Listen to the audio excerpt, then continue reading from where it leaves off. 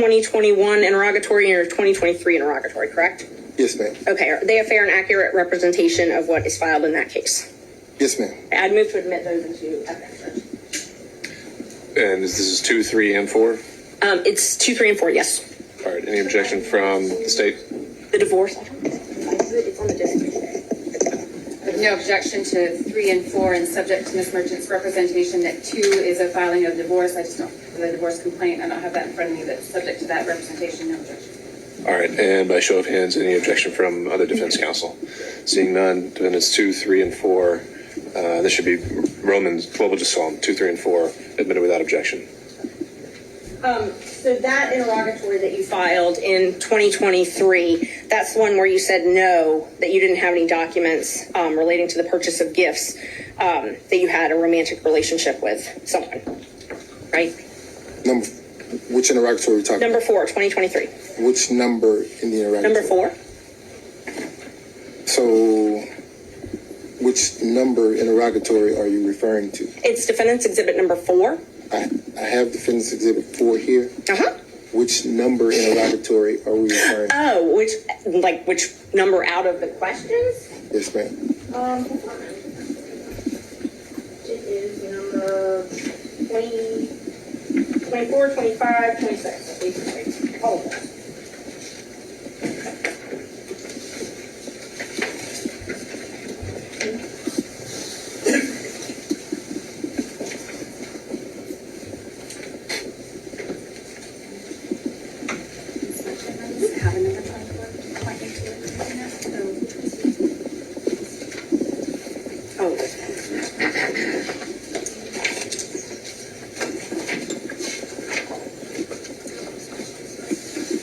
It's supposed to be number.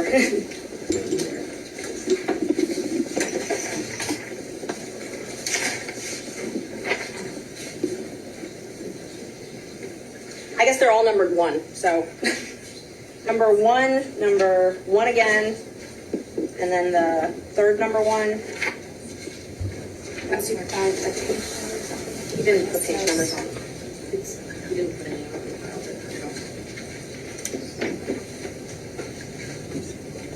I don't know how to tell you what number 1, because when you responded, you put number 1 on all of them. You just point to it.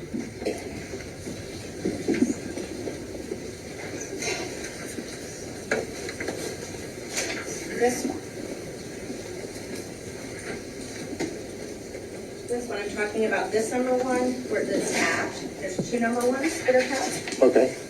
And there's no page number, but it is the second page. All right.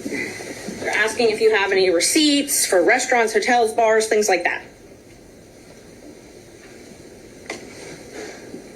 The first number 1? I believe it's the second number 1. The second number 1?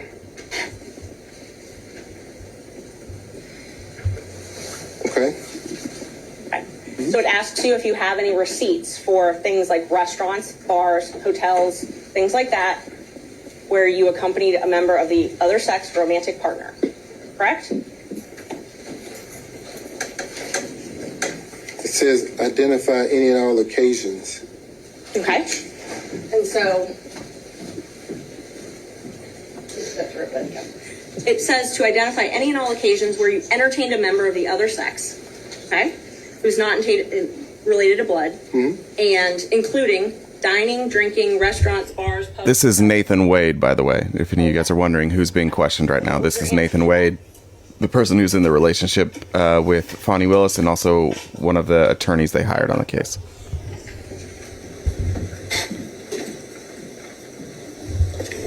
None. None. Okay. So May 30th, 2023, you prepared this document. I did. Submitted it. I did. And it says none as far as entertaining a member of the opposite sex. It does. Okay. No hotels, no bars, no restaurants. Correct. Okay. You again updated that. Let's see. You updated it on December 22nd, 2023. And I'm going to mark that as defendant's number 5, and I have copies. Is that correct?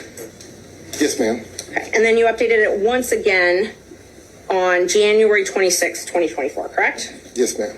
Okay, there's that one. May I approach the witness again, Judge? Is that what you're marking as Defense Exhibit 6? Yes, Judge. I'm marking number 6 is the January 26th, 2024 interrogatory, and then that one. And then number 5 is the December 22nd, 2023 interrogatory response. All right, are you tendering those at this time? Yes, I am. All right. Any objection from any counsel to Defense Exhibit 5 and 6? Yes, Judge. No objection. Thank you, Ms. Cross. Seeing none others. Luckily, I have 10 for you. So now that you have those, let's just talk about those for a minute. Those were verified, so sworn under oath. Mm-hmm. Okay. And one of them was December 22nd, and then of this last year, so last December, and then one was just recently submitted in January, right? Mm-hmm. Okay.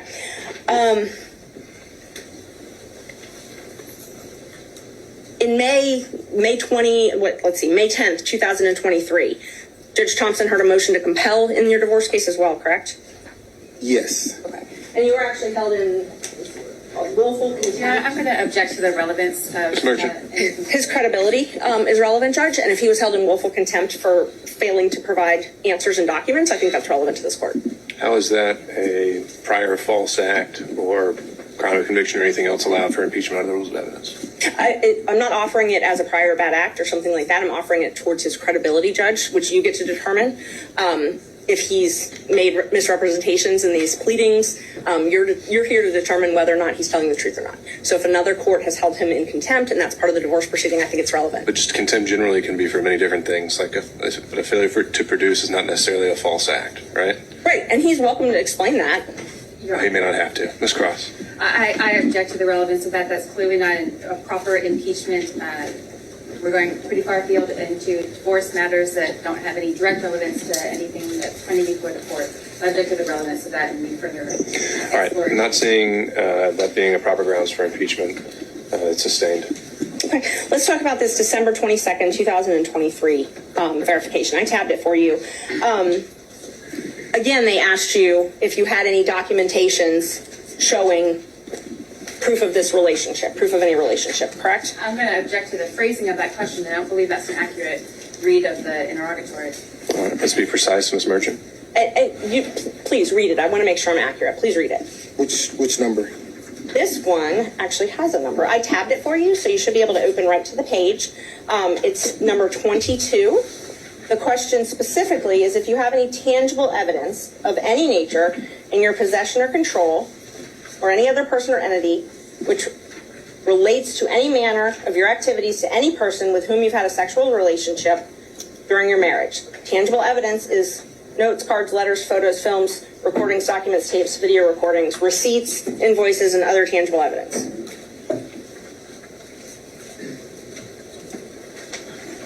Yes. Okay. And you answered that you did not have any documents to that effect, correct? Correct. Okay.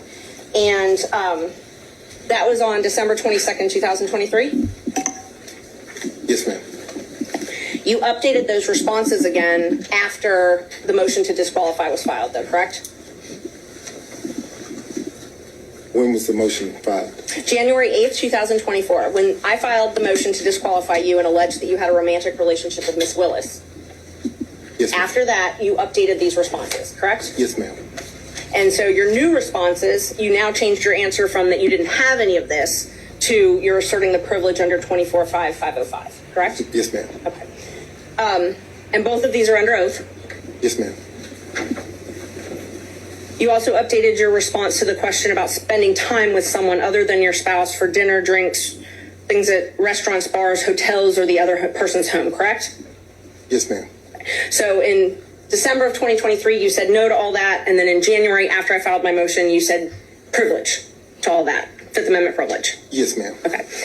And now just to be clear, was it... Sorry, I'm going to object the characterization of Fifth Amendment privilege. I think it was a statutory privilege, and that's quite different. That's what I was just about to ask him. So that privilege covers infamy or Fifth Amendment privilege, correct? So it was a privacy privilege is what I updated my response to do. Once you filed your motion to intervene in my divorce action, I then figured that you were in talks with my former wife's divorce lawyer. Okay. And because of that, I asserted a privacy privilege because I didn't want the proceedings of my divorce to bleed over into the proceedings in this case, which is the case that obviously you're involved in. So your answers in December of 2023 that you didn't have any documents about any travel that you took with Miss Willis, that wasn't true though, correct? They didn't ask me about any documents regarding Miss Willis. A romantic partner. They asked you for documents regarding a romantic partner. So I'm sorry, I inserted Miss Willis's name. Let me rephrase the question. They asked you for documents about travel with a romantic partner in December 2023. And you under oath said you did not have any of those, correct? I did not. Okay. And they asked me about gifts. Right. I've never purchased a gift for Miss Willis. And they asked you about receipts for dinner, receipts for drinks, hotels, bars, and restaurants. And you said you did not have any of those. I did not and do not have any receipts for any of those things. Okay. And part of the civil discovery, they say that even if you don't have it in your pocket, if it's within your purview, you got to get it and give it to them, correct? Your Honor, I'm going to object again to the relevance of the questions about the scope of civil discovery. I think she's asked him about statements he made in pleadings. The answers are already in the record. And All right, to the extent you're trying to establish a prior mistruth, Ms. Merchant, I'll allow you to ask a few more follow-ups, but if it's not there, we have to move on. Thank you. So in 2023, December, you said you didn't have any receipts. I do not have any receipts. I did not have any receipts. But you did travel with Miss Willis in 2023, correct? I did. And you traveled with her in 2022, correct? I did. And you traveled with her in 2021, correct? No.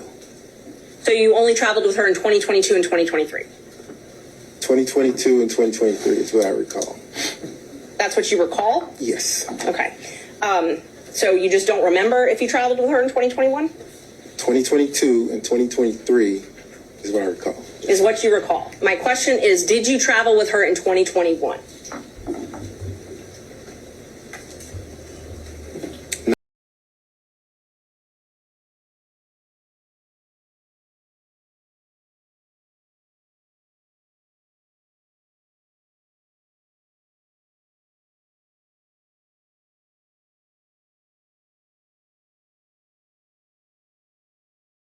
In 2021.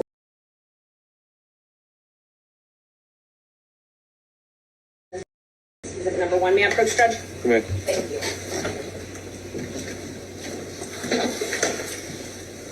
In that affidavit, you swore under oath, correct? Yes, ma'am.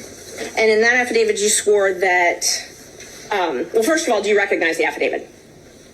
I do. Okay. Did you sign the affidavit under oath? I did.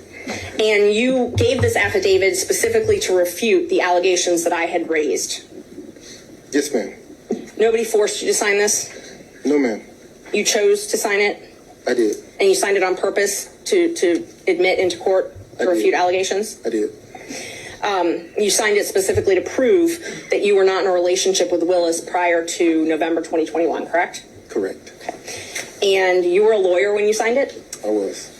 And you're still a lawyer today, correct? I am. When were you barred? 1999. Okay.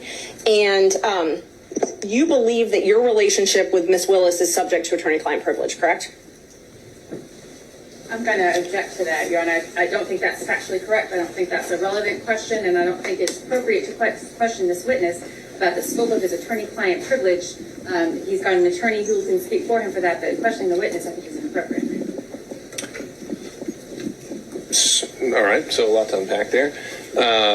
The question is simply that does he believe there's a relationship that exists in terms of attorney-client privilege between him and Miss Willis? Is that accurate, Yes, Ms. Judge. Merchant? It was. I asked if he believed his relationship with Miss Willis is subject to attorney-client privilege. Okay, I don't see why a yes or no would be barred. Maybe I'm not understanding the question.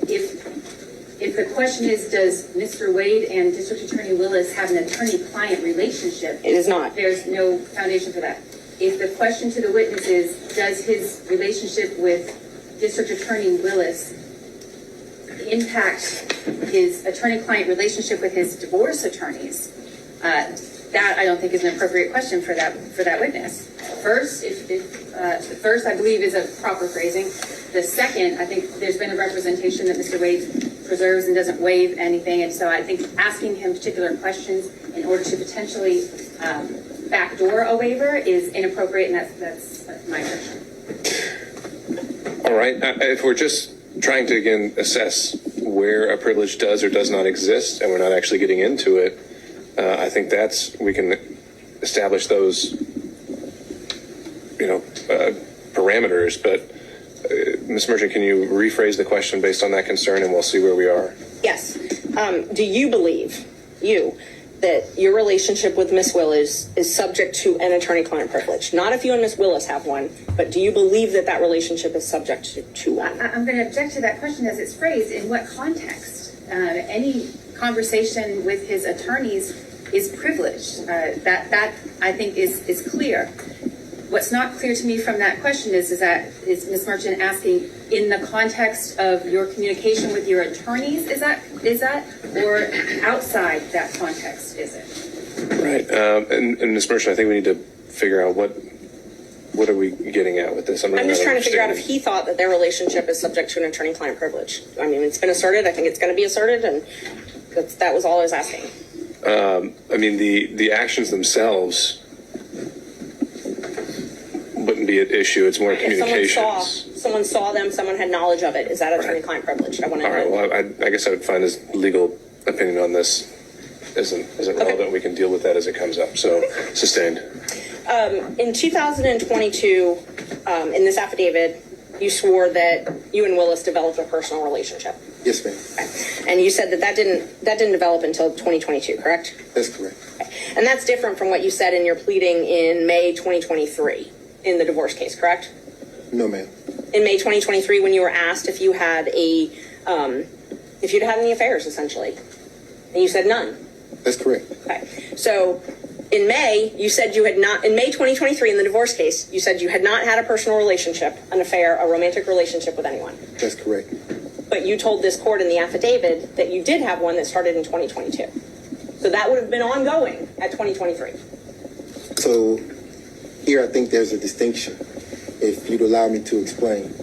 Please. The interrogatory asked the question during the course of your marriage. Or to date. It actually says. I'm going to request that the witness be permitted to answer. Mr. Wade. So my marriage was irretrievably broken in 2015, ma'am, by agreement. My wife and I agreed that once she had the affair in 2015 that we'd get a divorce. We didn't get a divorce immediately because my children were still in school and I refused to allow them to grow up without their father at the time. So we waited. We waited until the youngest graduated and we dropped her off at college and then filed for the divorce. So if you're asking me about the interrogatory as it relates to having the 2022 relationship with District Attorney Willis, I'm going to say because my marriage was irretrievably broken, I was free to have a relationship. So the question, though, was if you had had a relationship. And in 2023, you said you did not. And that is different than what you said in this affidavit, correct? No, ma'am. I said during the course of my marriage. So in 2015, you believe that too? Let him finish, Ms. Merchant. So in 2015, my marriage was irretrievably broken. So I did not have a relationship with anyone during the course of my marriage. And in that interrogatory, they asked you if you had any receipts for travel with someone of the other sex up until the time you were answering it. Is that correct? Yes, ma'am. And you said that you didn't. You've already testified to that earlier. But in this affidavit, you said you swore that you had travel expenses and shared expenses on travel with Ms. Willis. Again, during the course of my marriage, I had no relationship or receipts. I'm not asking about during the course of your marriage. Your Honor, I'm going to ask the witness to be allowed to answer the question. Continue. I have no problem with him answering. Okay. As it relates to receipts today, I don't have any receipts, ma'am. So you don't have any travel receipts available to you for any travel that you did with Miss Willis? I don't have any receipts. No, ma'am. No receipts that, so you used your business credit card for these trips, correct? I use my business credit card for everything. Okay, yes. You used it for your kids' tuition. Yes, ma'am. Used it for personal travel with Miss Willis. Yes, ma'am. And you have receipts from those business credit cards that you have to file with your taxes, correct? No, ma'am. No. I filed a statement. I turn over the statement, and whatever's there on the statement, the accountant looks at it, and the accountant says, okay, this is personal, goes over here, this is business, goes over here, here are your taxes. So you have those statements. We'll call them statements instead of receipts. You have those statements, correct? I have the statement, yes, ma'am. Okay. But when you answered the interrogatory under oath, you said you did not have anything to show the records of travel with Miss Willis. I answered the question. I had no receipts, ma'am. You had no receipts, but you had statements. I ordered the statement, yes, ma'am. You did order the statement. I did. Okay. And so we're just talking to semantics between invoice and statements or receipt. I'm sorry. I'm going to object, Your Honor, to the argumentative tone of the question. I believe it's been asked and answered several times. All right, sustained. Let's see. You also in this affidavit said that no funds paid to you for compensation as your role as special counsel was shared with Willis, correct? That's correct. And that you never cohabitated with Willis, correct? That's correct. By cohabitation, does that mean that you never spent the night with Willis? I spent the night with her during Spent the travel. night. Yes, ma'am. Okay. And so I just want to qualify your use of the term cohabitation. That means you didn't live together, That's correct. but you did spend the night together. Yes. When was the first time you spent the night together? Your Honor, That's the subject of his affidavit, Judge. Right, but it might not be the subject of this hearing. So the question is the nature and extent of the relationship. And so if they just spent the night on a single occasion, I don't think we're going to document in detail every single time that happened. And I don't intend to do that, Judge, but I think what is relevant is when the relationship started. And that's what you had indicated on. Well, why don't we start with that question and go from to there? that question. And that's what I asked, when the first time he spent the night with her was. That's what I asked. That's a different question, isn't it? Okay, so let's not talk about when you spent the night. When did your romantic relationship with Miss Willis begin? 2022. When? In 2022. Early 2022. So you were appointed in November of 2021. Yes, ma'am. And your relationship started early. What's early? January? February? Around March. Around March.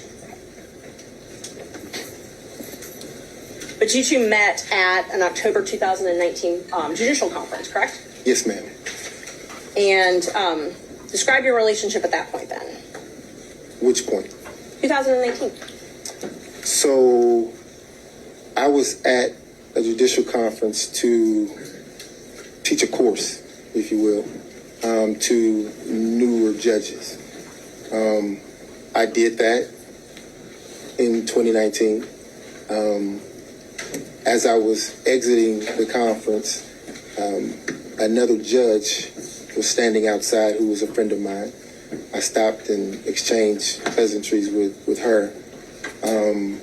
And standing, talking to her at the time was then Judge Willis. She introduced us at that time.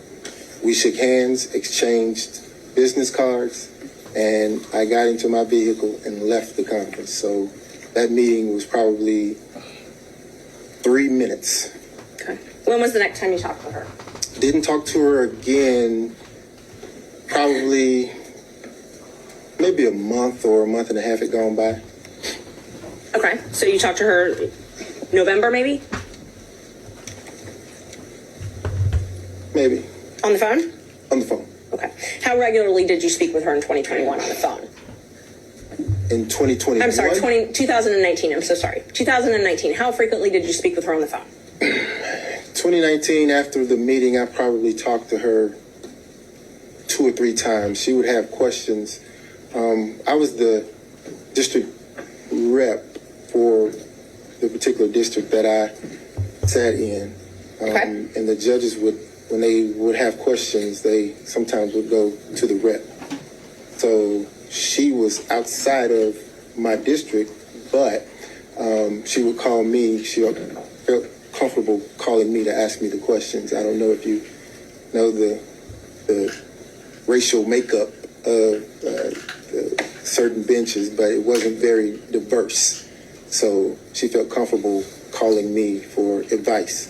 And she did that. And we had also in common that she was starting a private law practice at the time, and I'd already had mine up and going, and we talked about balancing the demands of the bench with their private practice. So we didn't talk that often, but when she had questions, mostly legal issues that would come up, she would call me. I just want to make sure, because my question was just how many times, and you said 2 to 3 times, right? Okay. And in 2022, how frequently did you speak in 2022? This is before you were appointed. I'm sorry, perhaps Ms. Merchant's your timeline, 2022? I'm sorry, 2020. 2020. How frequently did you speak in 2020? 2020, it was more frequent than 19, obviously, but More frequent. Can you tell me approximately a month how often you think you spoke with her on the phone? Your Honor, I'm going to object to the granular detail. I think Mr. Wade can certainly answer however he wants to, but if we're going to go through every time they spoke on the phone as opposed to generally characterizing the relationship, it would be more detailed than this necessary. Judge, I'm not going to go through every time they spoke on the phone. I'm asking for generally how frequently they spoke. I think at that level, that's fine. Thank Overall. you. About how frequently did you speak in 2020? per month. If it was 2 or 3 times that entire year, you can tell me that. If it was more than that, then you can quantify it by month. No. We spoke on the telephone often. I mean, I don't know how many. I couldn't give you a amount of time because you remember COVID happened and the world was shut down. But so we spoke on the phone more than 2019, definitely. Okay, let's qualify it. Before her election in 2020, how frequently did you speak? You mean as she was campaigning? Before the election. Yes, as she was campaigning, before she was elected. It's two different animals. As she was campaigning before she was elected. Okay, so during the course of her campaign, we didn't talk as much, obviously, because she was busy. Fulton County is a large jurisdiction to cover. So we didn't talk a whole lot, but she did know that I'd gone through the election process. So when things would come up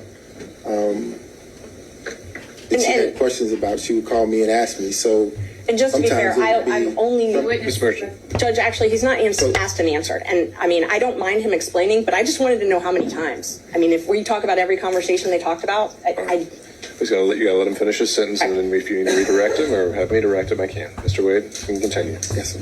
So sometimes it would be like a 3-second call. She would go, during your election, have you ever seen this? And I would say, no, but here's what I would do. And we'd hang up. She had a lot of professionals working for her, but she trusted my judgment, so she called me. It'd be a brief conversation, but she called. So my question was, how frequently did you speak with her prior to her election? Frequently? Infrequently?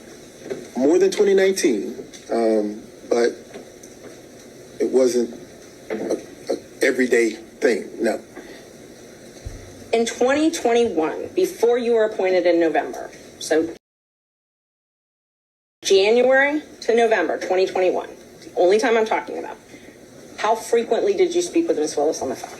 In 2021, then it became frequent. Frequent. Yes. But you did not work at the DA's office at that point, correct? I did not.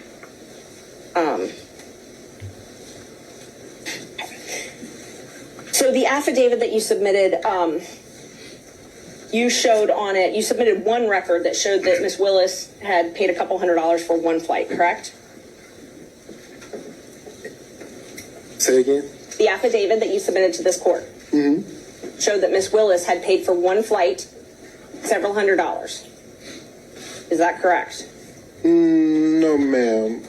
I think that Are you drawing a distinction for her paying for a flight or for her actually booking a flight? Because those are two separate things. I will re-ask it. The affidavit you filed in this court, you alleged that Miss Willis paid for one flight. Paid for one flight, correct? No, ma'am. You did not allege she paid for one flight. No, ma'am. What I allege is that our travel was split roughly evenly. So where you see I have booked a flight or I've paid for a flight with my credit card, what you don't see is that she covered her own flight reimbursement to me. The flights that you see here are the flights that she would have booked with her own resources, with her own car. And there's one flight, correct? One flight reflecting that she submitted actually one booked. flight. Ms. Merchant, let him finish and then you can redirect him. One flight that she actually booked, yes. The other flights I booked, she paid for. So the affidavit, you submitted one flight that she booked and paid for. Yes, ma'am. Your Honor, I'm going to object to the phrasing of that question. The line in the affidavit is not as Ms. Merchant is representing it. It said examples of the District Attorney Willis purchasing plane tickets for she and I with her personal funds were attached as an exhibit. It certainly did not represent that it was the only example of the District Attorney purchasing flights for Mr. Wade or for compensating other travel. All right, understand this, Cross. I think that's something you can, it's now on the record, but also something you can take on Cross. Thank you. And just so everybody is clear, all I asked you is, your affidavit, you submitted proof of one flight that she paid for and booked. That's all I'm asking. Correct? With the explanation, yes, ma'am. Okay. It's all I needed. You said in the affidavit that you roughly shared travel, though, correct? Yes, ma'am. Okay. So this roughly sharing travel, you're saying she reimbursed you. She did. And where did you deposit the money she reimbursed you? It was cash. She didn't give me any checks. So she paid you cash for her share of all these vacations. Mr. Schaefer, you'll step out if you do that again. Yes, ma'am. Okay. And so all of the vacations that she took, she paid you cash for. Yes, ma'am. And you purchased all of these vacations on your business credit card, correct? Yes, ma'am. Okay. And you included those in deductions on your taxes, correct? No, ma'am. No, you did not. No, ma'am. Okay.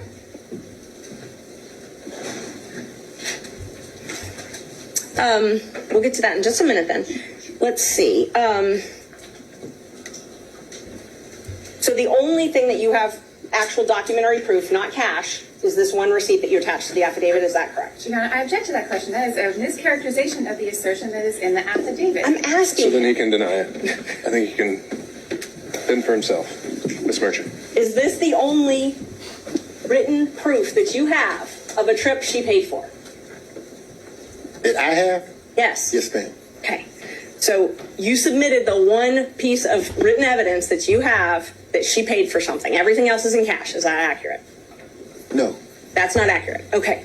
Please tell me, what other receipts do you have then that show that she paid for things? I don't have them. Okay. Okay. So this is the only receipt that you have to show that she paid for travel. That I have, yes, ma'am. Thank you. Okay. In your divorce case, you filed a domestic relations financial affidavit, correct? Yes, ma'am. Okay. The first one you filed was in January 2022, right? Thereabout, yes, ma'am. And those are under oath? Yes. Okay. And you also filed corporate taxes in 2022, correct? Did. Okay. And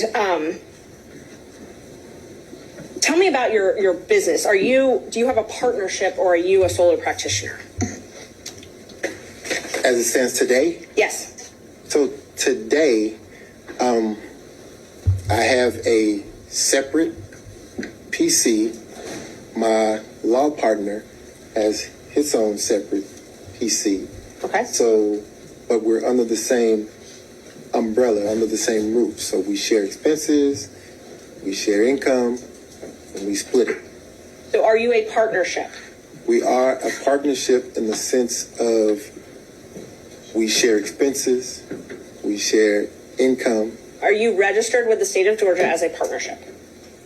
So, the WBC firm that included myself, Terrence Bradley, and Christopher Campbell, we were registered with the Secretary of State as a partnership Right. for a short period of time. That When was dissolved then, right, in 2023? I'm going to object to the witness answer his question. Mr. Wade, do you have something else to add there? I did, when things happened and we excused Mr. Bradley from that partnership, it left Christopher Campbell and myself. So now you have two separate PCs under the same umbrella, sharing expenses and income. Okay. So let me just narrow down my questions then. Are you registered? And have you been registered at any time in the state of Georgia as Wade and Campbell? Wade, no ma'am. You've never been registered as a partnership. As Wade and Campbell, no Wade ma'am. and Campbell, yes, thank you. But as Wade Bradley Campbell, yes ma'am. Wade Bradley Campbell was registered on April 1st, 2021 and administratively dissolved on September 8th, 2023, correct? Yes ma'am. Other than that partnership, you have always been registered as law office of Nathan Wade, Yes ma'am. not with Chris Campbell. Correct. Thank you.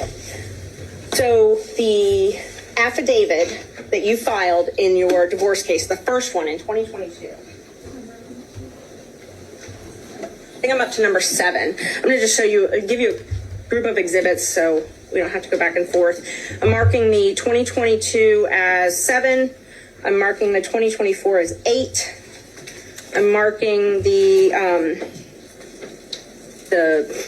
credit card statements as 9, and your taxes as 10. I'm going to object to the taxes, especially the relevance of them at this point. The relevance of this entire business structure doesn't seem clear to me as either impeaching or relevant to the issues that the court's under the court's consideration. But insofar as we're talking about tax returns and other things like that, certainly that's should be redacted, and I would object to the relevance of it. I agree they should be redacted. I don't agree to the relevance, but I haven't tried to tender them yet, Judge. I'm just marking them right now so that everyone can follow along. All right. And what is the eventual relevance that you were getting at here? Well, I'm going to ask him because one of the things that we have to show in this case is a personal and financial interest. So, and he's talked about how he was reimbursed for these things, and so I have a right to go into the veracity of those statements.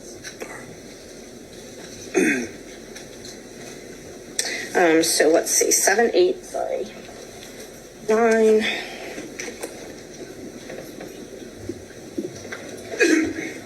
And then 10. All right, so right now I'm just going to show you what I've marked as these exhibits. Ms. Merchant, may I see what you're showing? Oh, yeah, of course. From the USB drive I gave you.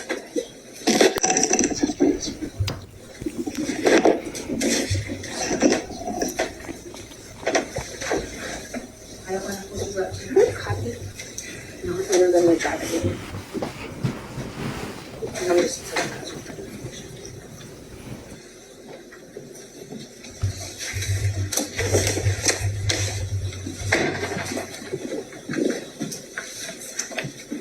Can I approach, Judge? You may. I'm just showing you what I marked as 7, 8, 9, and 10. Just so you have them for your reference as I ask you some questions. All right. So,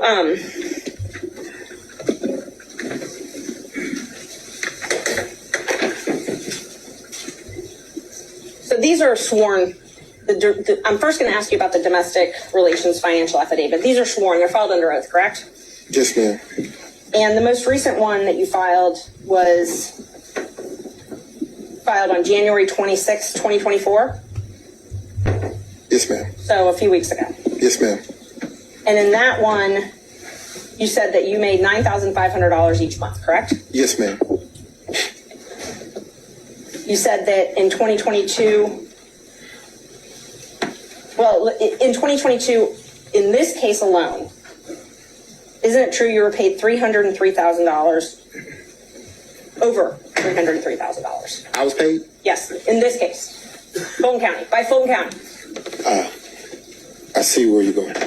So, And Judge, I just asked him to answer the question. If he wants to explain it, I've got no problem with that. Mr. Wade, just listen to the question asked and just answer the question asked. In 2022, isn't it true you were paid over $300,000? no, ma'am, that is not true. You were not paid over $300,000 by Fulton County. No, ma'am, I was not. Okay. How much were you paid in 2022 then? So, what I was beginning to explain was Fulton County wrote a check to my firm. Okay. What happens at that point is the checks are then deposited, as you have the bank statements, you see that, and then they are dispersed between the three of us. So there was Mr. Bradley, there was Mr. Wade, and there was Christopher Campbell. A third. So when you ask me if I was paid $300,000, the answer is no. I got a third of that went to my personal firm.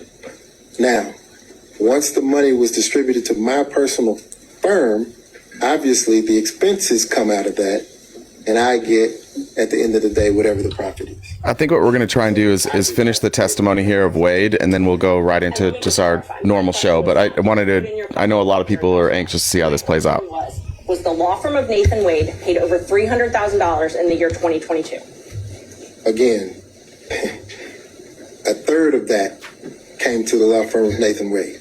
So you're saying that the law firm of Nathan Wade did not receive checks from the Fulton County government over $300,000 in the year 2022? That's a different question. A third of the $300,000 came to Nathan Wade. Okay. Again, I'm not asking what went in your pocket.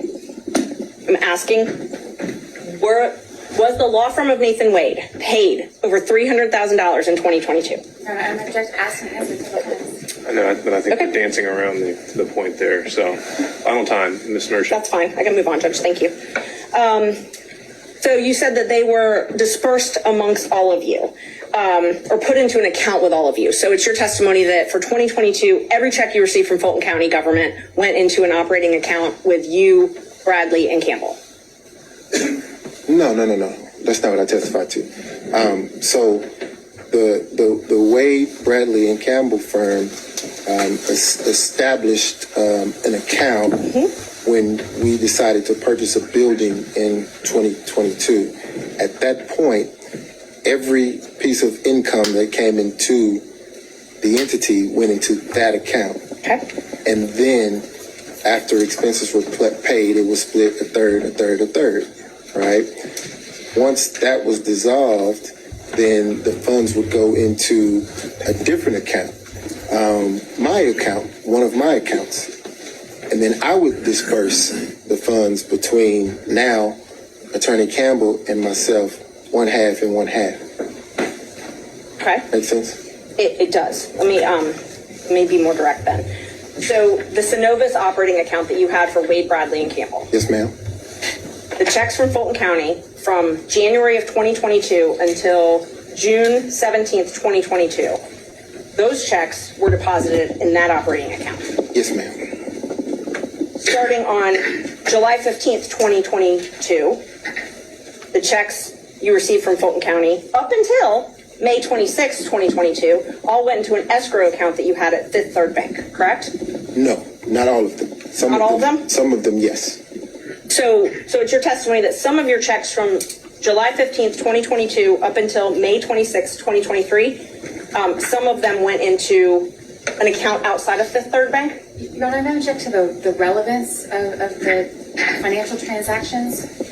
How much money you made is highly relevant in this case. It's the personal financial business and where the money was, and I mean, it's just a follow-up on other things that he's testified to. And why is how much money he made relevant?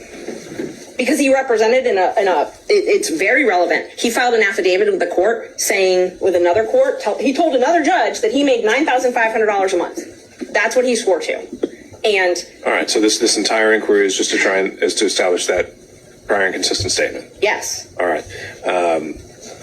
I'll give you a minute or two more to try that, but we're going to have to move on. Thank you. Do your best. So I know you're saying that you only got a third of the $300,000, but you were Judge paid is over- really the firm nice. was paid over $300,000 in 2022, correct?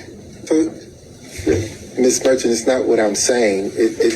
They're numbers. They're there. It's the truth. The funds were paid. They were divvied between the three of us, going into an operating account. Expenses paid out of it. Okay. At the end of that, the 9,000 figure is what you have. So that's where you got the 9,000 figure from. Yes, ma'am. And let's see,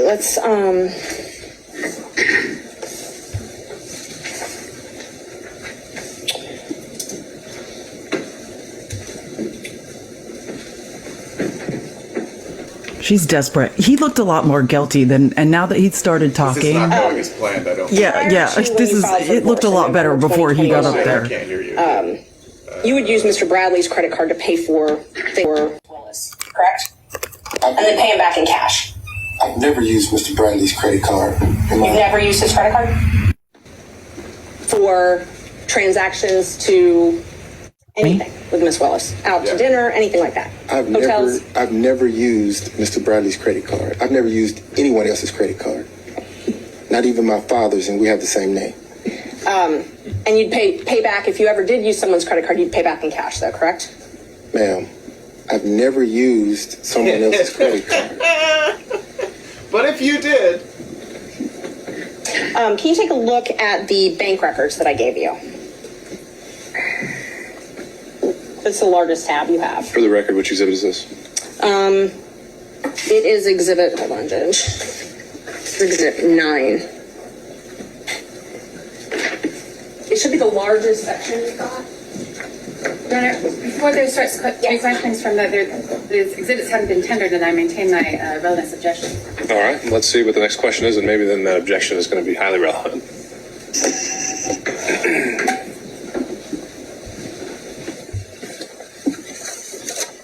Okay. Is that an accurate copy of your Capital One statements that you provided in discovery to, is that an accurate reflection of your Capital One records? This is like Real Housewives of Atlanta. To That's your what. This divorce. is better than Or the something reality that you shows that provided I in the watch. divorce proceeding. Is the question, does he recognize it by sight? I'm asking if it's his statement, his bank I statement. think that is the question. Well, I mean, it's a thick document, but I believe you if you say that this is what my wife's divorce lawyer gave you. I believe it. Your name's on every page of that document, correct? On every page? Pretty much every page, if not every page. No, it's not on every page, no ma'am. They're all Capital One bank records. They are. Okay? Yeah, good point, Pete. Just take your time, look through it. Tell me if there's anything that you think is not yours. No, they appear to be. Okay. And those bank records show that you paid for travel with Miss Willis. Yes, ma'am. Your Honor, I'm going to object the relevance of these documents and the. Well, I think, are you tendering exhibit 9? I'm going to, Judge, and they're highly relevant to the whole. Well, he's asked him a question about the contents of them, and they haven't been admitted yet. So why don't we start there? Thanks. Those show travel that you and Miss Willis took.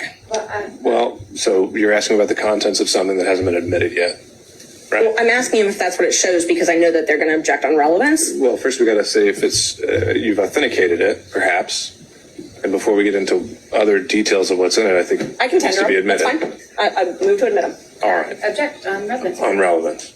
All right, and on that overruled, Ms. Merchant. Thank you. Those records demonstrate that you paid for travel with yourself and Miss Willis, No, correct? it's not Haba. I don't remember this they attorney's should. name. Okay. And let's just talk about that travel. Okay. I heard trip earlier, is I think on Belize in March MSNBC, she's like a 2023. well-respected lawyer out of Is that a Cobb trip that you took County. with Miss Willis? Yeah, she has a pretty good reputation. asking? Like Did you take a trip with Miss Willis in 2023 to a Belize? MAGA extremist I did. or something. Did you take a trip to California with Miss Willis in 2023? I did. Did you pay for those trips on that credit card? Ashley I used the Merchant. credit card to book the travel, but understand. She paid you back cash. Well, let me say this. Let's take the Belize trip, for example, since Okay. you started there. That was a birthday gift to me, so I paid nothing for that trip. Zero. Okay. So the charges that are on your card, she gave you cash for? She did. Okay. So Over all of the this. charges. Excuse me, Your Honor, I believe the witness has finished answering. I'm trying to figure out Oh, what did you have she's more? trying to I get did. back to. Okay. I want to. Because I mean, and he said get like into the charges on reimbursements the happened in card cash. Like he because- already said this so, stuff.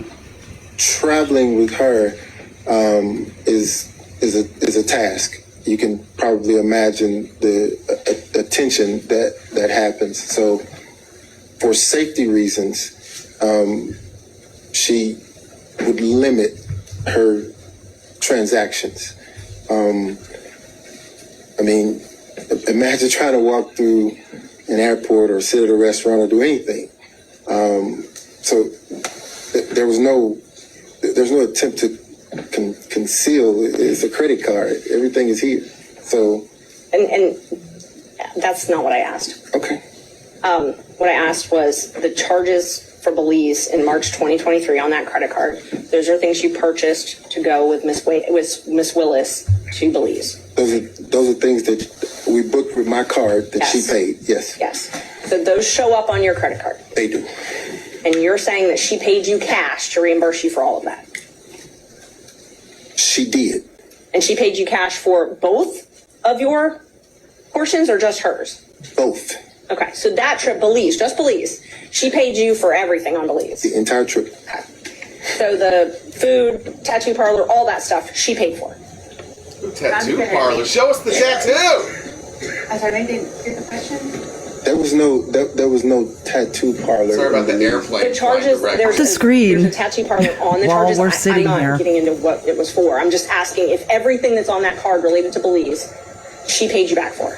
She paid for, yes, ma'am. Okay.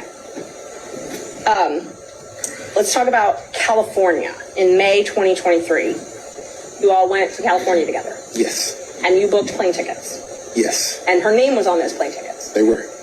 And so I know you said that you were worried about security and things like that, but that was in her name. When she traveled, she had to use her name, Oh, so the plane tickets. Use your name when you get on a and plane. you paid Yeah. for those plane tickets, and you paid for a hotel. Federal And law. an ID. Yeah. Again, the card. Yes, You used your credit card, and I'm not asking about after what happened. I'm asking, did you use your credit card to book your flight and hotel to California? I did. And there's a lot of Ubers on there as well for California. Did you pay for those Ubers as well? Yes, Did we Miss were in Napa. And you're saying that Miss Willis, are you saying that Miss Willis paid you back for that? Yes, Did she pay for the entire trip, or did she pay for her half of the trip? the Napa trip. She paid for the excursions, so the expenses sort of balanced out. I mean, there was never. Let me be clear. There was never a time when I would say, "Hey, I bought dinner. Dinner cost $25. You need to give me $25." If you've ever spent any time with Miss Willis, you understand that she's a very independent, proud woman. I'd object. You're not. So she's going to Overruled, Mr. Wade. so she's going to insist that she carries her own weight, and it actually was a point of contention between the two of us. She is going to pay her own way. So let me re-ask the question to make sure that you answer it. A California trip that Find you paid yourself a for, Bonnie Willis if you're going saying to pay. that she did not pay you back for cash. Instead, she paid for excursions, and you believe that was roughly half. Now, she gave me some cash, yes, She but gave you what I'm some. saying is everything that we did when we got into Napa, she paid for. The trip that she booked on her credit card in Miami, did you pay her cash back for your half of that? No. So you never paid No. her back for the tickets she bought for you? No, I would say I did pay her back. I want to because date Fonnie Willis. times when I would pay for dinner, Okay. she would pay for dinner. It would balance out. But in a relationship, ma'am, you don't, particularly men, we don't go asking back for anything. So you're not keeping a ledger of things that you pay for versus the thing that she's paid for. I bet which is Bragg why I has a said ledger. that it was a point of contention because she was very emphatic and adamant about this independent, strong woman thing. So she demanded that she pay her own way. But she's the district attorney of Fulton County, and she has to file financial disclosures disclosing any gifts with anybody that she does business with in Fulton County, correct? I don't know. Okay. Let's talk about Tennessee. You booked a cabin in August 2023 and paid for a cabin in Tennessee. That's when you paid for it. I don't know when the trip was. Can you tell us about that? August of 2023. You booked a trip for $1,481.54. Are you asking me, did I take that trip with Miss Willis, or are you asking me? First, I was just asking you to acknowledge that that is correct from the records, that you paid for a cabin in Tennessee. Do you recall, and hopefully you can do it from your memory, do you recall paying for a cabin 6 months ago, $1,400.81 in Tennessee? Where are we now? What page is that? I'm just asking from your memory. Do you remember paying for a cabin in August? Now, if he's going to be asked about a particular transaction, then You can answer whether he remembers or not. Mr. Wade, I'm not asking you to go through 1,000 pages of records. I'm asking if you remember paying for a cabin 6 months ago in Tennessee. No, You remember booking a cabin. I booked lots of cabins. Lot? What? I want to be friends with him. Did you go to a cabin with Miss Willis ever? Ever? Remember when I made money? I remember those days. It was a great time. Before we did this. Yeah.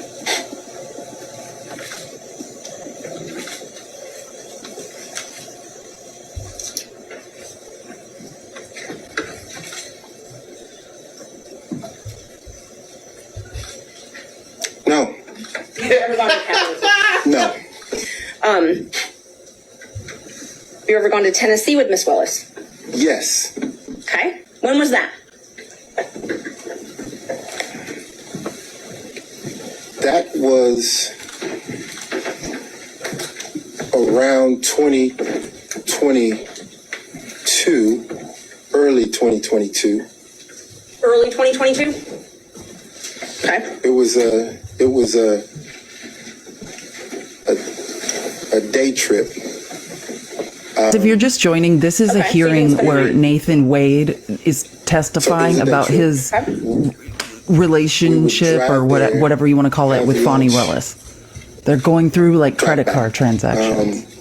And this lawyer's getting reason shut we down. would do that is because the attention, she couldn't get any peace of mind going locally, so we'd get in my car and drive to I would leave town every weekend someplace, too if I was her. have lunch and drive back. Is that when you went to Fainting Goat with her? Fainting goat? It's in Jasper, Georgia. No, that's in Georgia. I don't recall going to Fanning Goat with her. So the Tennessee day trips were not. That's a vineyard. Were only Tennessee. By the way. Yes. Okay. Did you ever do these day trips in Georgia? Did we drive anywhere in Georgia? Yeah, you were Of course. talking about day trips we going drove- out, and I'm talking about outside of the metro area. Day trips that you were just talking about. These trips you were talking about. The ones that you were. I'm only asking about the ones you were just talking about. Are all of those in Tennessee? No, we drove to Alabama before. Okay. Back. You drove to Alabama. He's 2 steps ahead. Did you go anywhere in Georgia?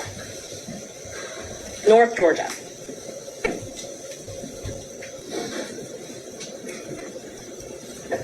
I'm going to object. If he wants to direct his attention in some way to a time frame or To ask the question, what are you asking about? It's like we're playing a weird guessing game. Details yourself.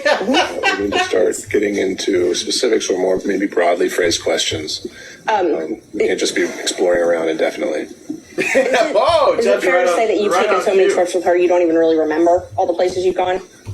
So many trips. You're having trouble remembering going if you went to North Georgia or not. Were you asking me about specific places? And I want to be candid in my responses, so I have to jog my memory because these are places that I have frequented, but not with her.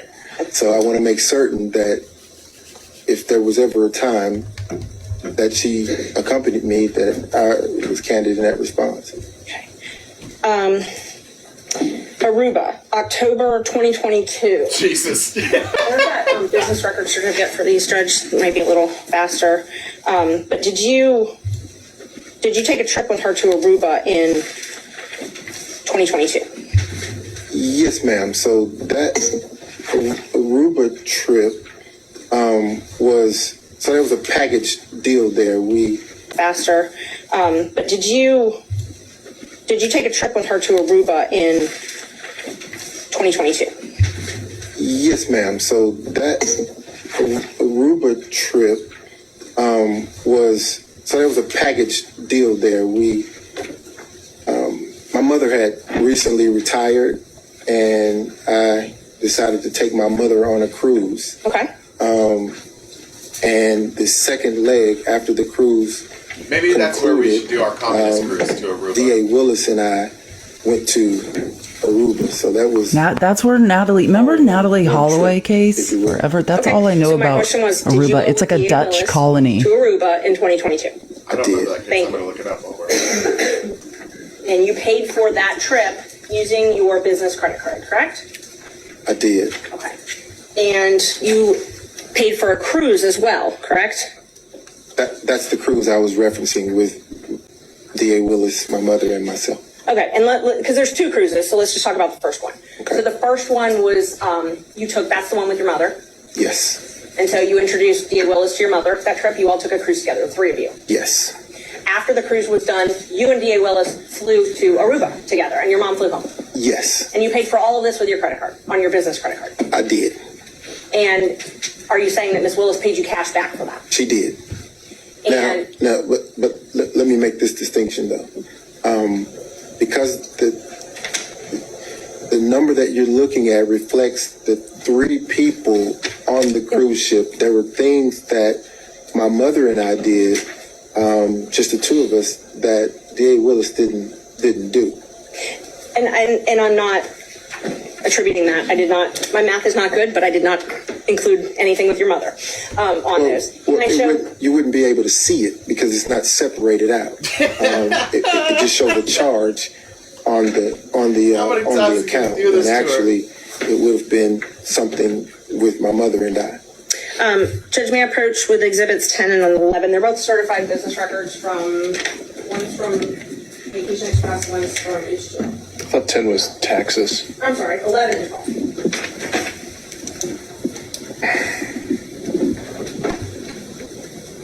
Yeah, for sure. Thank you.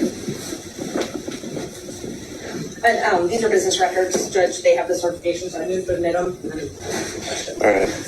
Defense 11 and 12. Ms. Cross? Based on Ms. Merchant's representation that they are true and accurate as to the certification that was provided to her, we have no question. All right. Again, seeing no other objection, then admitted. So the trip to Aruba alone for you and D.A. Willis was $3,835.26, correct? Just Aruba. I'm looking for the amount. Which exhibit? Question about 11 or 12. This one is 11. Yes, ma'am. $3,835.26. Okay. And then the Royal Caribbean for just you and Miss Willis was $1,269.70, correct? No, ma'am. Your mother's got a different line item on there. I'm talking about I was the not cruise, prepared the actual for cruise. this whatsoever. Like, I thought, like, based on what she was saying, that he was lying in his divorce proceedings, but it turns out, like, even his math seems correct in his divorce Did you proceedings. pay Royal Caribbean for yours and Miss Willis's cabin $1,269.70? Where are we? Which page? We're on the receipts. There's just a few pages of receipts on exhibit number 11. Okay. I'm in 11.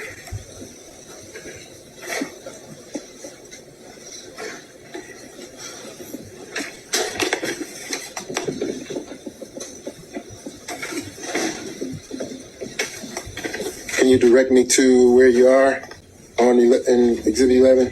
The receipt for Royal Caribbean.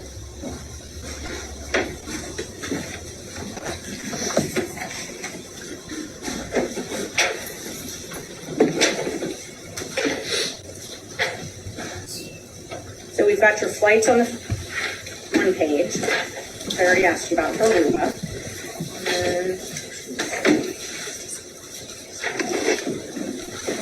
And just for the record, I blacked out their dates. You've been blacking out. And then Royal Caribbean may be on.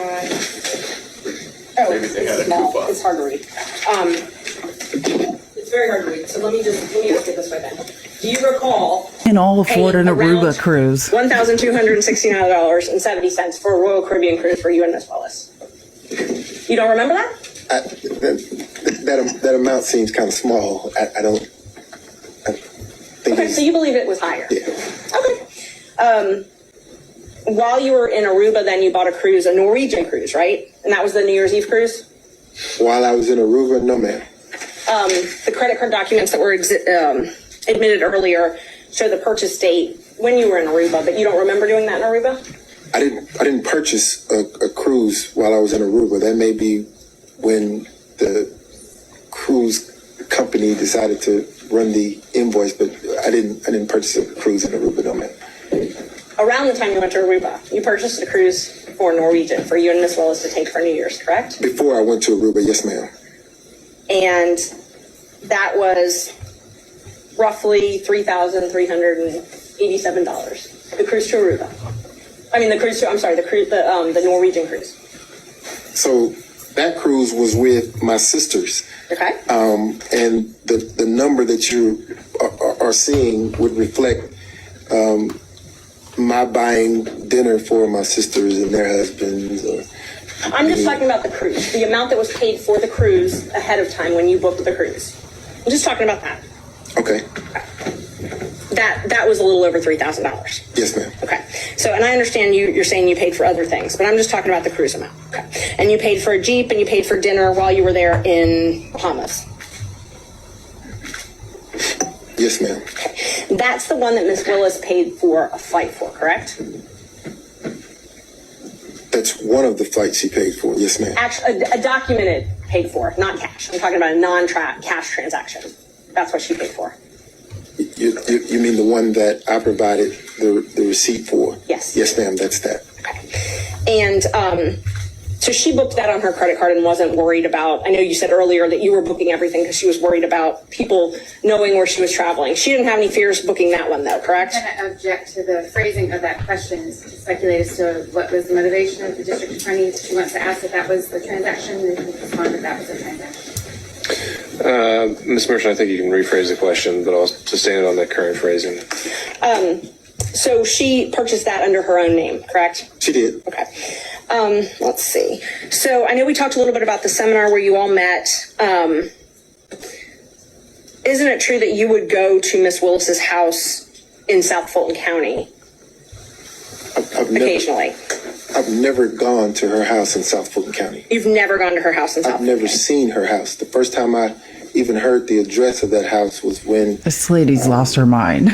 one of the individuals in this is a the hard thing for her to prove. In all election fairness, fraud case like, somehow what do you do? They doxed said it and she was it got out. reimbursed That was with the first cash. time I'd even seen that What do you address. do? Attorney assumed everything that woman, the divorce, his ex-wife gave her from the divorce proceeding was like, there was no explanation, like, you know, You've for never it. gone to, And it seems like there's an explanation for everything. Area with Miss Willis. Wait, that's different. I have gone to a condo in Hapeville. Okay. So Hapeville. Yes, ma'am. So you have gone to a condo with Miss Willis in Hapeville. I have. Have you spent the night there? Never. Never spent the night there. Never. Is that the condo that was rented by Robin Yurdy?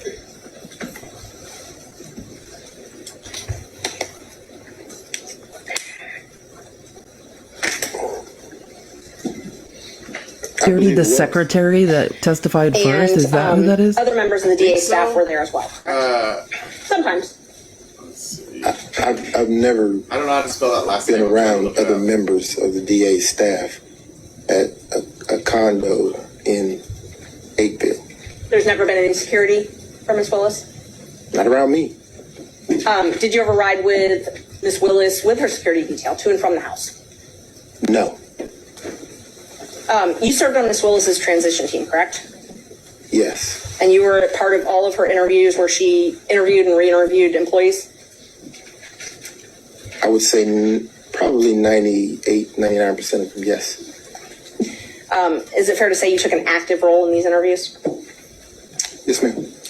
Prior to this, you'd never worked at a DA's office, right? Have I ever worked in her DA's office? At No, a ma'am. DA's office, any DA's office? No, ma'am. Have you ever managed a large law firm or a Your large? Honor, I'm going to object to the relevance of these questions. Ms. Merchant? He served on her transition team, and so, I mean, what we're trying to prove is that there's a personal and financial relationship, and that it was improper.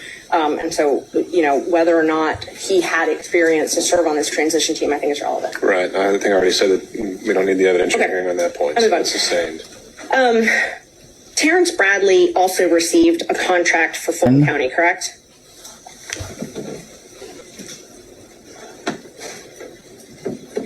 Correct? You're asking me about Terrence? I asked if Terrence Bradley also received a contract for Fulton County. I believe that he did.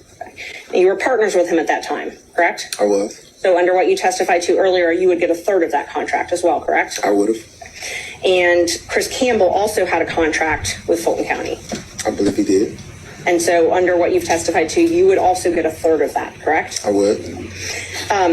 They both had contracts for what are called first appearance, which is where they would appear on behalf of the district attorney to do first appearance hearings, correct?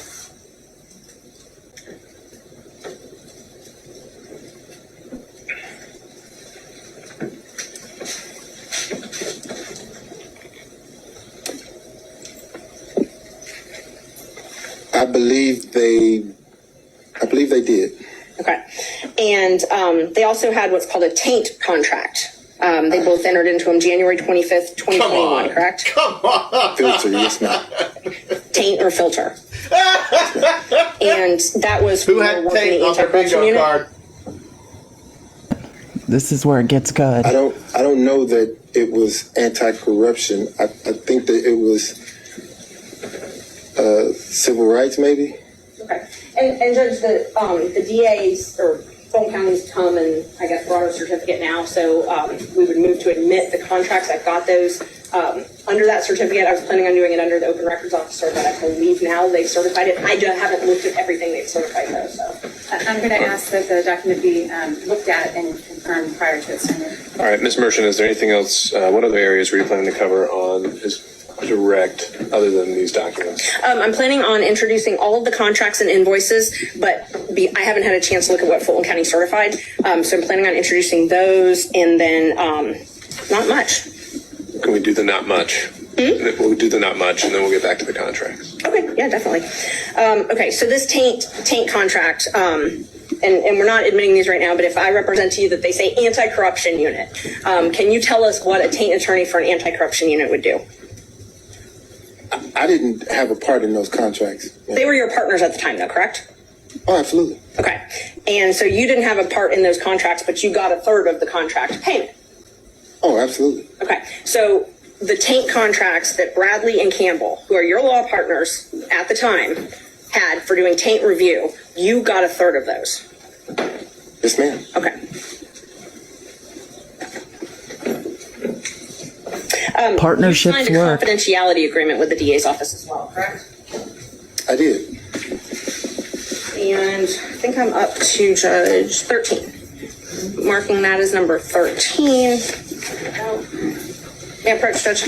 You bet. Showing you a copy of what I marked as number 13. If you could take a look at that and tell me if that is the confidentiality agreement that you signed with the district attorney. It is. Okay. And this basically says you can't talk about anything that happens inside the DA's office, right?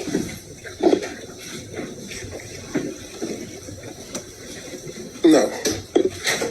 It doesn't say you can't talk about it? No. You said it basically says that I can't talk about anything that happens inside the DA's office, and that's not what. Are you tendering this exhibit? Ms. I am, yes. We would tender 13. Ms. Cross. Fail to see the relevance. Is she going to try to say he broke his NDA now? Relevance of this. Judge, it's relevant to his testimony. If he signed an agreement that says he can't talk let's- about things that happen in the district. This is gonna take office, forever. I think that's I think relevant we're gonna- to this. end it here, and we'll just because it's cover it motivation in tomorrow. his testimony. I mean, whether I don't know what to do something. about. I mean, it's the same question over and over and over again. Did you have any thoughts though? Just briefly, what are your thoughts on what happened this morning? Yeah, so I think that the larger question of whether or not this is even an issue, like worst case scenario in all of this, like he could be dismissed from the case. He could be like referred to the Georgia State Bar for like disciplinary hearing or whatever. Same with Fani Willis, but none of this has anything to do with the RICO case, like largely. Right.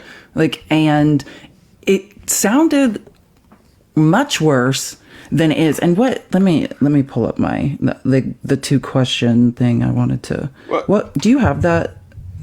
This case is basically just about the definition of a personal relationship is, right? When did it? 2 questions are: 1, did Willis and Wade begin their relationship before Wade's hiring? And 2, what qualifies as a personal relationship? Yeah. And this will largely probably be up to the judge. But like after actually hearing all this, my worry personally, because what this is all about is he was getting divorced. He had a completely separate divorce proceeding going on. And based on what she said she had gotten from that case from his ex that he's divorcing, she had gotten a bunch of financial documents. That's what she's going over. And she seemed to be implying that like the math wasn't mathin', that he was either hiding money in his divorce case or, something like that. Right. And then on top of that, maybe hiding money in his divorce case or Fani Willis, she's trying to prove Fani Willis was like profiting through vacations off of him, like, but every single thing that, like, once he got up there and actually started testifying, this is not going in her favor at all. Like, it seems that there is a more than reasonable explanation for all this. It even seems like the math in the divorce case, like that number, 9,500, I was like, oh, well, if that number doesn't make sense, maybe that's where she's going. But he very clearly explained how it makes sense. Yeah. So, I don't know. It was an interesting start. So it started, when I jumped on, it was Terrence Bradley, who's Wade's former divorce attorney and I think friend. Didn't add anything really there. The next, I can't remember that lady's name that testified next. She used to work for Fani Willis, and Fani Willis sublet her apartment. So I don't know if she took over her lease or what. She testified. This is the only thing I saw out of everything I watched, and I messaged you oof on this, is that one single witness says the relationship started before both Fani and Wade say it did. That's the only thing so far I've seen where there seems to be, at the very least, a dispute.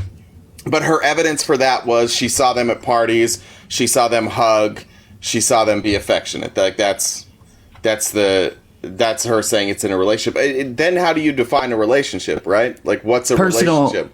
Yeah, exactly. Well, and he said, which I thought was another explanation I didn't expect him to have. Let me see.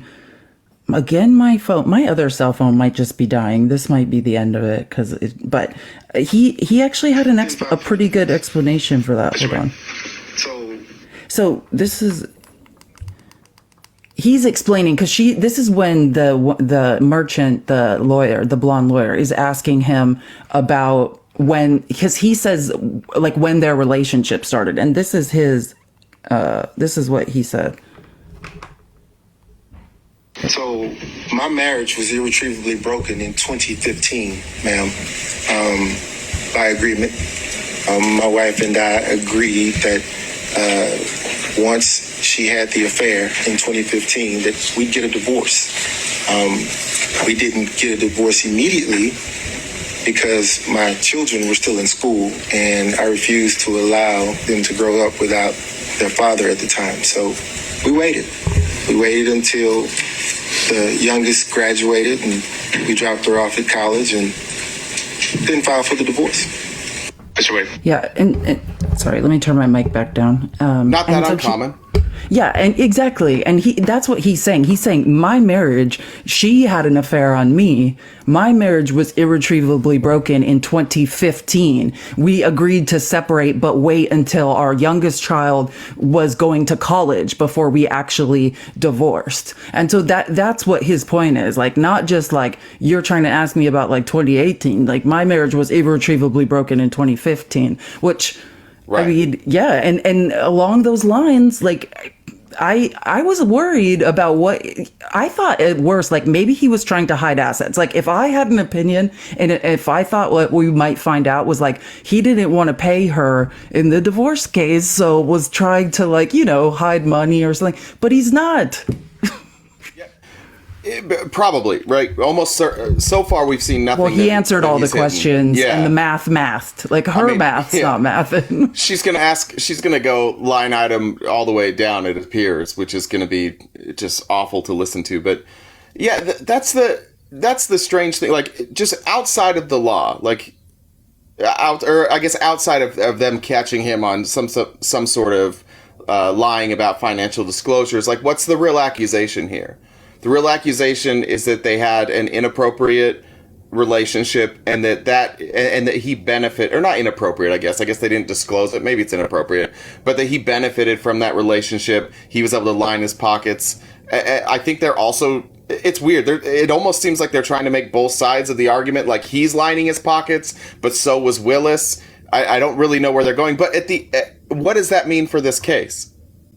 Like, this case is it's a RICO case. You said that earlier. Like, what does any of this have to do with the case? This is an attempt by what appears to be a pretty good attorney that Trump has hired for once to just delay. That's their goal here. This wouldn't dismiss the case. This wouldn't change anything. All it would do is delay the case, kick the can down the road again.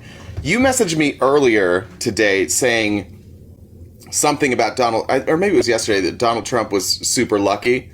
He keeps like he's the lucky. Then have you changed? He's the luckiest criminal. Because for me, what this hearing is about, like, you're right. What you said is exactly right. Like, there's no criminality. There's like, it looks like he has a reasonable explanation. And outside of the judge, like, did you hear when she wanted him to say, like, well, what happened when you guys spent the night together? And the judge is like, what are you talking about? Like, stop talking. Like, if they spent like a single night together, like, they're consenting adults. Like, we're not getting into that. There's no relevance here for that. So yeah, in my eyes, what this hearing is about, Michael Roman's attorney brought this all up for delay, right? Trump needs to get into the presidency, right? And that's like what his goal is. And if this is just another, I think, a delay tactic, especially now that I see him testifying, like, he's very specific. He makes sure he has all the facts right. He has an explanation. It looks like she was very specifically paying for her share of the trip. So she did not financially benefit. So yeah, now it's looking, maybe the idea of impropriety was worse than what's now that we're hearing all this. Well, yeah, that's the thing. It's all a narrative. It's everything MAGA is. Tim's here, old Tim Pfeiffer. This is the White House meeting he's talking about. In 2022, Nathan Wade, and I don't remember if Fonnie Willis was with him, but they went and they met with White House counsel. They didn't meet with this has now been changed because this is how you MAGA folks are indoctrinated. He met with White House counsel. Now they're leaving off the word counsel, and that's an attempt to smear this whole process and try an attempt to show that Donald Trump is being persecuted by Joe Biden, and that's why he met with counsel. If you're going to prosecute the former president, for RICO charges, it's not a bad idea to talk to White House counsel, who, again, they are not the personal attorneys of the president. They are the people who represent the executive branch. Of course you would take that meeting. Of course you would discuss what is and isn't allowed. Like, these are prosecutors, and people, I think, sometimes forget that when an attorney takes a case, specifically a RICO case, Most of them haven't tried a RICO case. And none of them have tried a RICO case against the former president. Like, you have to do your due diligence, and you're going to talk to everybody you possibly can to make sure that your investigation is thorough, and also that as you build your case, that you're not building your case off of things that a judge is going to throw out. So it makes perfect sense to meet with White House counsel, but again, Republicans are just grasping at straws at anything at this point. And that's why you see Tim down here in the comments saying, what about when he met with the White House? It's because Tim is only hearing the story as it's been given to him now. Like, they didn't tell the whole... By the way, this was reported. This was heavily reported. Like, people knew that this meeting was happening. There's been no impropriety even accused here. There was a 127-page filing from Michael Roman seeking to get the case thrown out on the basis that Willis never had legal authority to appoint the special prosecutor. That's what this boils down to. And that's where you got this White House counsel meeting here. That's where we got that information in that filing from Michael Roman. And obviously that's silly. Like, you don't think that the district attorney had the legal authority to appoint the special prosecutor? Yeah. Bless your heart, Tim. And I want to play. Go ahead. One more thing to Tim. Tim, if you don't know the answer to a question, a good idea is to Google the fucking question. Because you don't, like, instead of just repeating it over and over and sitting in comment sections and, like, digging your heels in more and more and just assuming that everybody on the left doesn't know about this White House meeting and that it's proof of something, like, just look it up. Just look it up. It takes you 5 minutes and you don't sound as dumb. That's sound advice. There we go, Tim. It's going down. I want to play this clip really quick because this is kind of relevant. Like, I just, as a woman, it's hard for me to listen because, again, this is a delay tactic, or just, again, trying something in the court of a public opinion. We're talking about two consenting adults, like he testified to. His wife had an affair on him. That's when their marriage was irretrievably broken back in 2015, before he even knew, like, years before any of this even happened. Like, we're talking about consenting adults. But let's listen. I just want to make this comparison because on Midas Touch, they were talking about this, and I thought it was a really good point comparing what we're talking about with Fadi to, Orange Baby. What really just irritates me about the Fani Willis thing, it just gets under my skin because it's just such a ridiculous double standard that we have here for Fani Willis, for women, for strong women, women of color. It's just, I've seen it a million times. And what really irritates me is the irony here, right? You've got Donald Trump, who's been found by a jury to have sexually assaulted, to have raped E. Jean Carroll, okay? Sexually assaulted her. There were two other women who testified at that E. Jean Carroll trial, right? That he sexually assaulted them. He brags on an Access Hollywood tape to grabbing women's private parts without their consent. And somehow that is not disqualifying for the highest office, but Fani Willis is in a consensual adult relationship with somebody, and that there's a hearing happening about this. I think it's atrocious. And I just want to call it out because it really, the double standard here is just really appalling. Anyway, we can go. And I think what's so important, though, too, is the decisions that we make as media networks to cover things and to discuss things fearlessly the way you just did, Karen. And I think it is important to make it very clear that Donald Trump is an adjudicated rapist. Donald Trump is someone who, in addition to being found liable for sexual assault, we have heard Donald Trump on tape bragging about sexually assaulting women and basically saying that when you're famous, they let you do it, he says. Then during the deposition that was taken by Roberta Kaplan in the federal defamation case against Donald Trump and sexual assault case, one of the things that Donald Trump said is either unfortunately or fortunately, that's the way it's been historically for thousands of years. And you listen to the types of things that he's saying, that we hear him saying, and we just have to be very direct in calling out that conduct and not mince words. But we really just I mean, does it need? I feel like that pretty much sums up what we're dealing with here. The abject hypocrisy. We can put women on trial, right? Because that's what this really is about. Women aren't allowed to have any sort of sexual freedom or relationships, but Trump has non-consensual relationships with women, brags about assaulting women. That is fine. That is not disqualifying in Trump's case. Well, that's the thing. It shows a glaring hole in our system. Like, I agree with everything. Who was that was speaking before, Ben? What was her name? Karen Karen Magnifilo. Yeah. Is it I think it's Magnifilo. Karen Agnifilo. Agnifilo? I've been saying it wrong the whole time. Okay. I or agree. It's Agnifilo. I'm not sure of the pronunciation. Ben always says Agnifilo. That's how he says it. But I agree with like that premise, right? That this is clearly a double standard. The problem is that this double standard is also legal. Like, Fani Willis can have this hearing, like, and they can bring these charges, and this is all something that I don't really have necessarily a problem that this is happening to Fani Willis. I don't disagree why it's happening, but legally speaking, like, you do want your district attorney and who they hire to be accountable to the people. I think that's important. It's important to remember that this is somebody who isn't a attorney that somebody hired. It's somebody that represents the state and is charging Donald Trump as a representative of the state. So I'm fine with that. But it shows a glaring problem, exactly what she said, that Donald Trump, he can do all of these things. And since it's outside the statute of limitations, he can't be charged criminally. And we seem to have this hole in our Constitution where being charged criminally doesn't disqualify you from being president. So if you have an affair, you can't be a district attorney, which doesn't appear to be an affair, by the way. I'm just saying if their claim was true, you can't be district attorney. But if you have an affair, you can be the president of the United States. Right. It makes no sense. If you sexually assault somebody, being president's fine. If you are a convicted felon, being president is fine.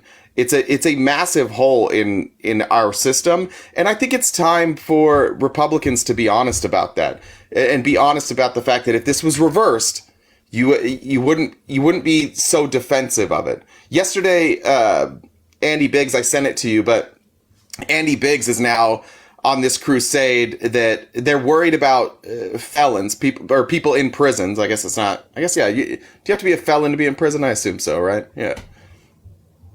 Do you have to be a felon? Oh, yeah, probably. Yeah. Right? Anyway. Like federal prison? Yeah, he's worried about the idea that in some instances, I guess, I don't know where, I should have read the whole article, but they're allowed to vote. And I just saw it and immediately thought, like, what the fuck, man? Like, you're cool with a felon being... Like, if Donald Trump is a convicted felon, do you think Andy Biggs isn't going to support and vote for him? But he's absolutely going to focus on taking away the rights of other felons to vote for a felon.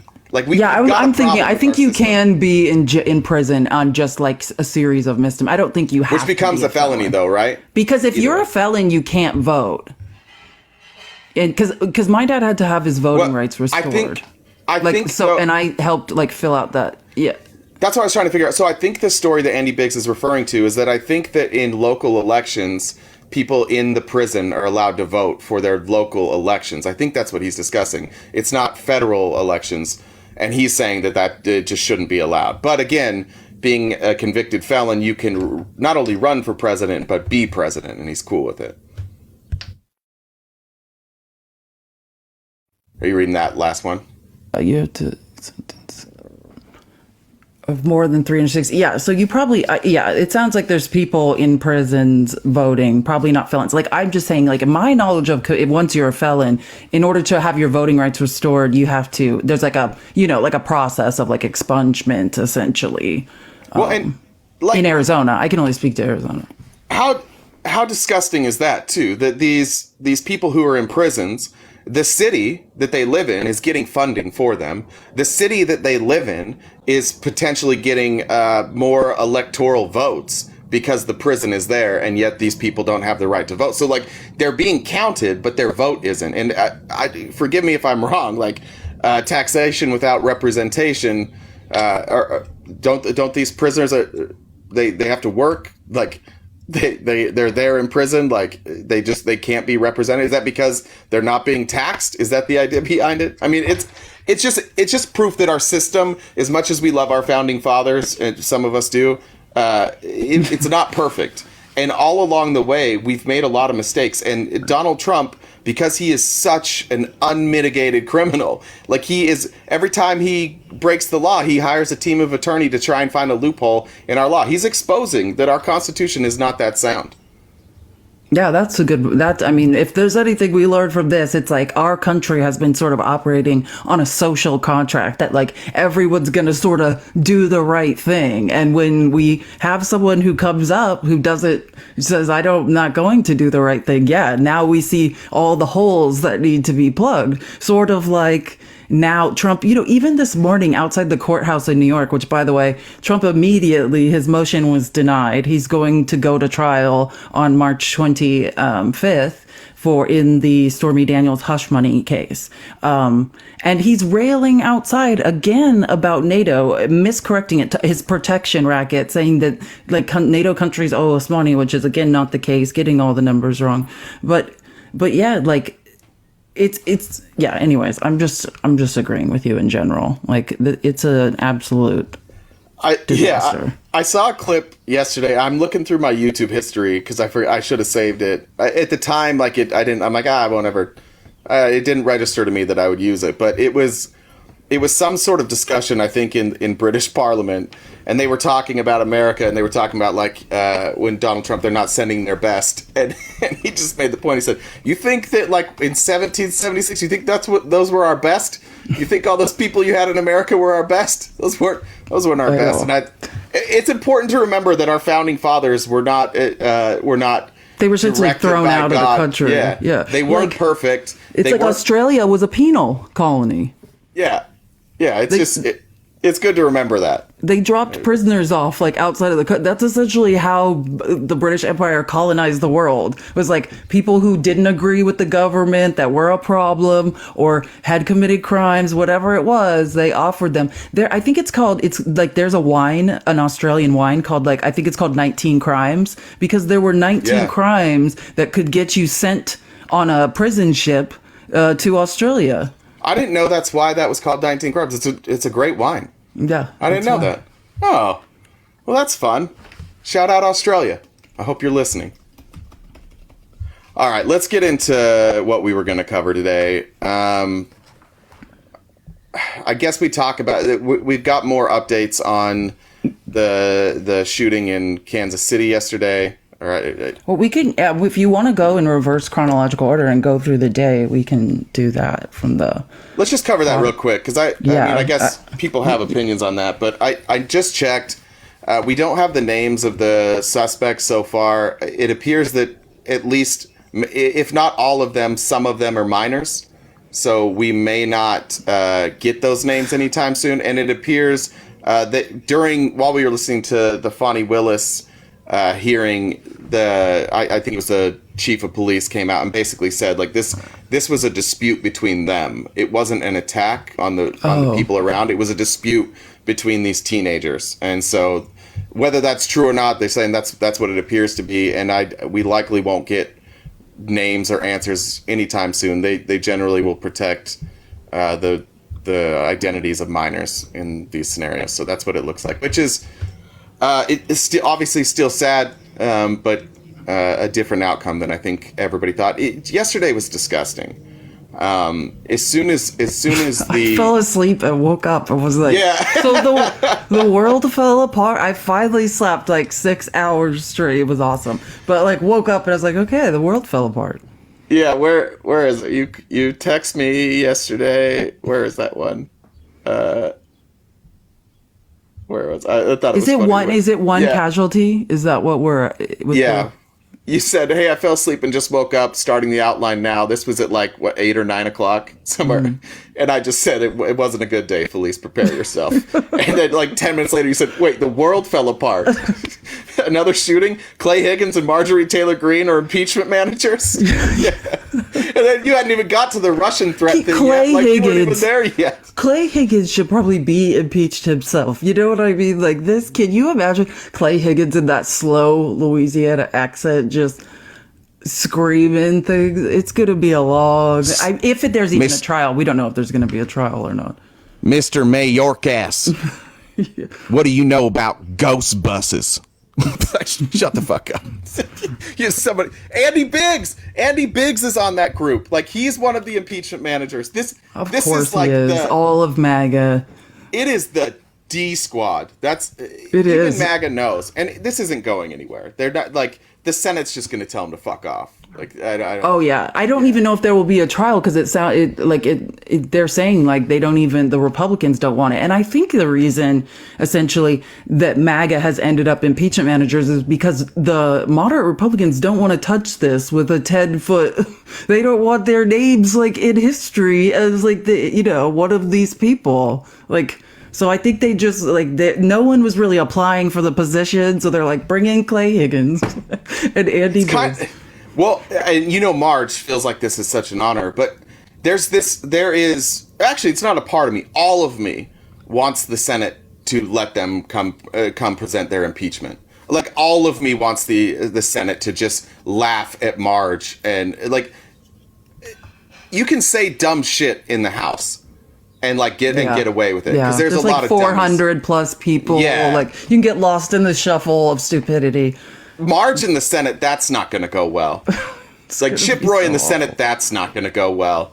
They'll lose 80-20 on that vote. Didn't Clay Higgins attack a man? Like who was it? Like outside? I kept saying Chip Roy. I meant Clay Higgins. Sorry. Yeah, on the Capitol steps. Like, does anyone remember when he? Like this is I forgot about that. Didn't he do something to someone? Like the man is not well. I forgot. He's the angriest man. And if you look up his police, like he was a police officer in Louisiana, and like he's one of those police officers that had a lot of complaints about him. Like a lot. So naturally, the next step, if you are a disenfranchised or a disgraced former police officer, your best next step is run for Congress as a member now of the there's GOP. A place for you in the Republican Congress. Specifically, if you're accused of like racial profiling, that's a win. Like you run on that. That's your campaign slogan. I know. That's you I racially elected. Profile, and they're like, "Fuck yeah, this is our guy." That used to be like a disqualify. That used to be something that you meant you couldn't run. Now, if you'll run Republican, it's like, oh, you racially profile. Okay. That's automatic election. Well, your friend Eric's here to talk. Eric. Yeah, I'll talk to Eric. What's up, Eric? What up? Good morning. How are you? I could be better, brother. My grandma's in the hospital right now. Son of a bitch. Not grandma. So we love grandma. Yeah, we do love grandma. I hope she's okay, Eric. Yeah, she's having a hard time right now, man. So sorry to hear that, buddy. I'm only going to be out for a few. Yeah, go ahead. We'll keep it somber. Thank you, guys. Give grandma our love. Thank you. Yeah, I appreciate that. So what's up, she was with me. She was transitioning on moving in with me.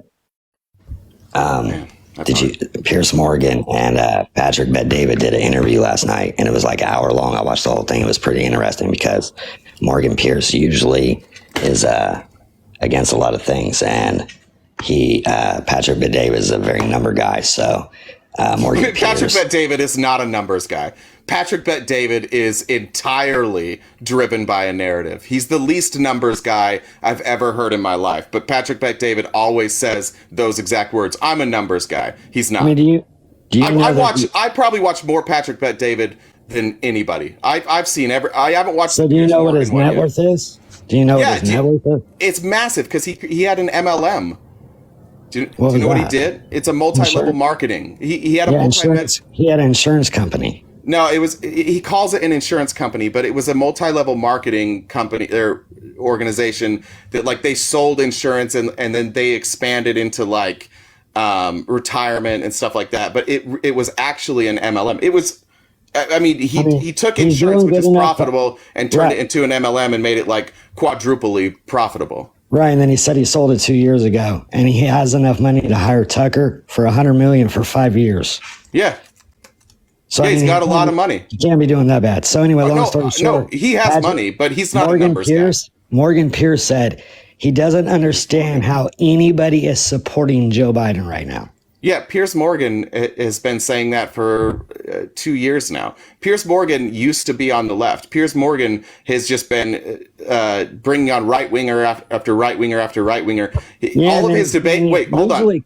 Hold on. No. Yeah, he used to, but now he doesn't. But you know who he gets really upset with? Like, you probably didn't see his interview with Hassan Piker. Really upset with Hassan Piker.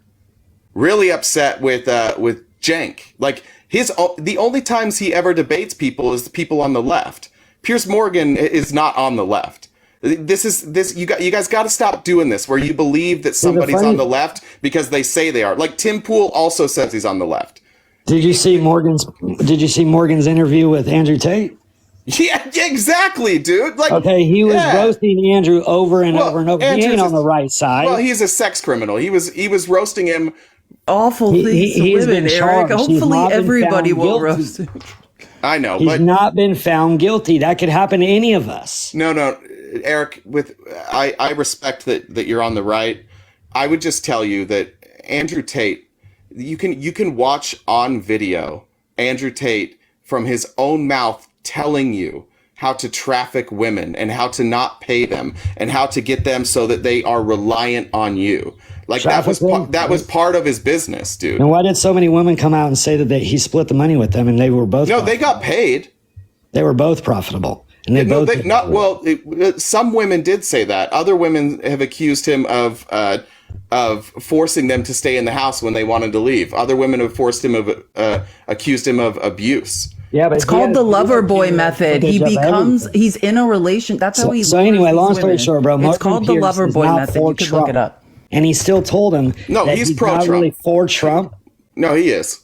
He's lying. You got to stop listening. You got to stop listening to. Yeah, dude, you're so funny, RTP. Dude, you got to stop. You got to stop believing people. Right Look, you have to. Eric, hold on. I just need to laugh hard. Eric, so keep going. Well, I'm gonna mute it. You have to stop listening to people when they just say I'm on the left or I'm in the middle. Most people that say that don't know. Like, there is no world where Piers Morgan is on the left. You go watch every interview he's done in the last 2 years. Like, he's not on the left. So he's placating Bill Maher's to the not on the left either. No, Bill Maher is also not on the left anymore. And Bill Maher anymore. Wait, these people are jumping shit, bro. Anymore. Yeah, they were on the left. I can tell you, bro. Why. He talks shit about Hold on, Eric. He talks shit about Trump so much. Guys, let's get to 100K. Eric, let's talk about because it's the same thing. I don't know if you watched Patrick Bet David. Wait, Eric, that's the middle of my sentence.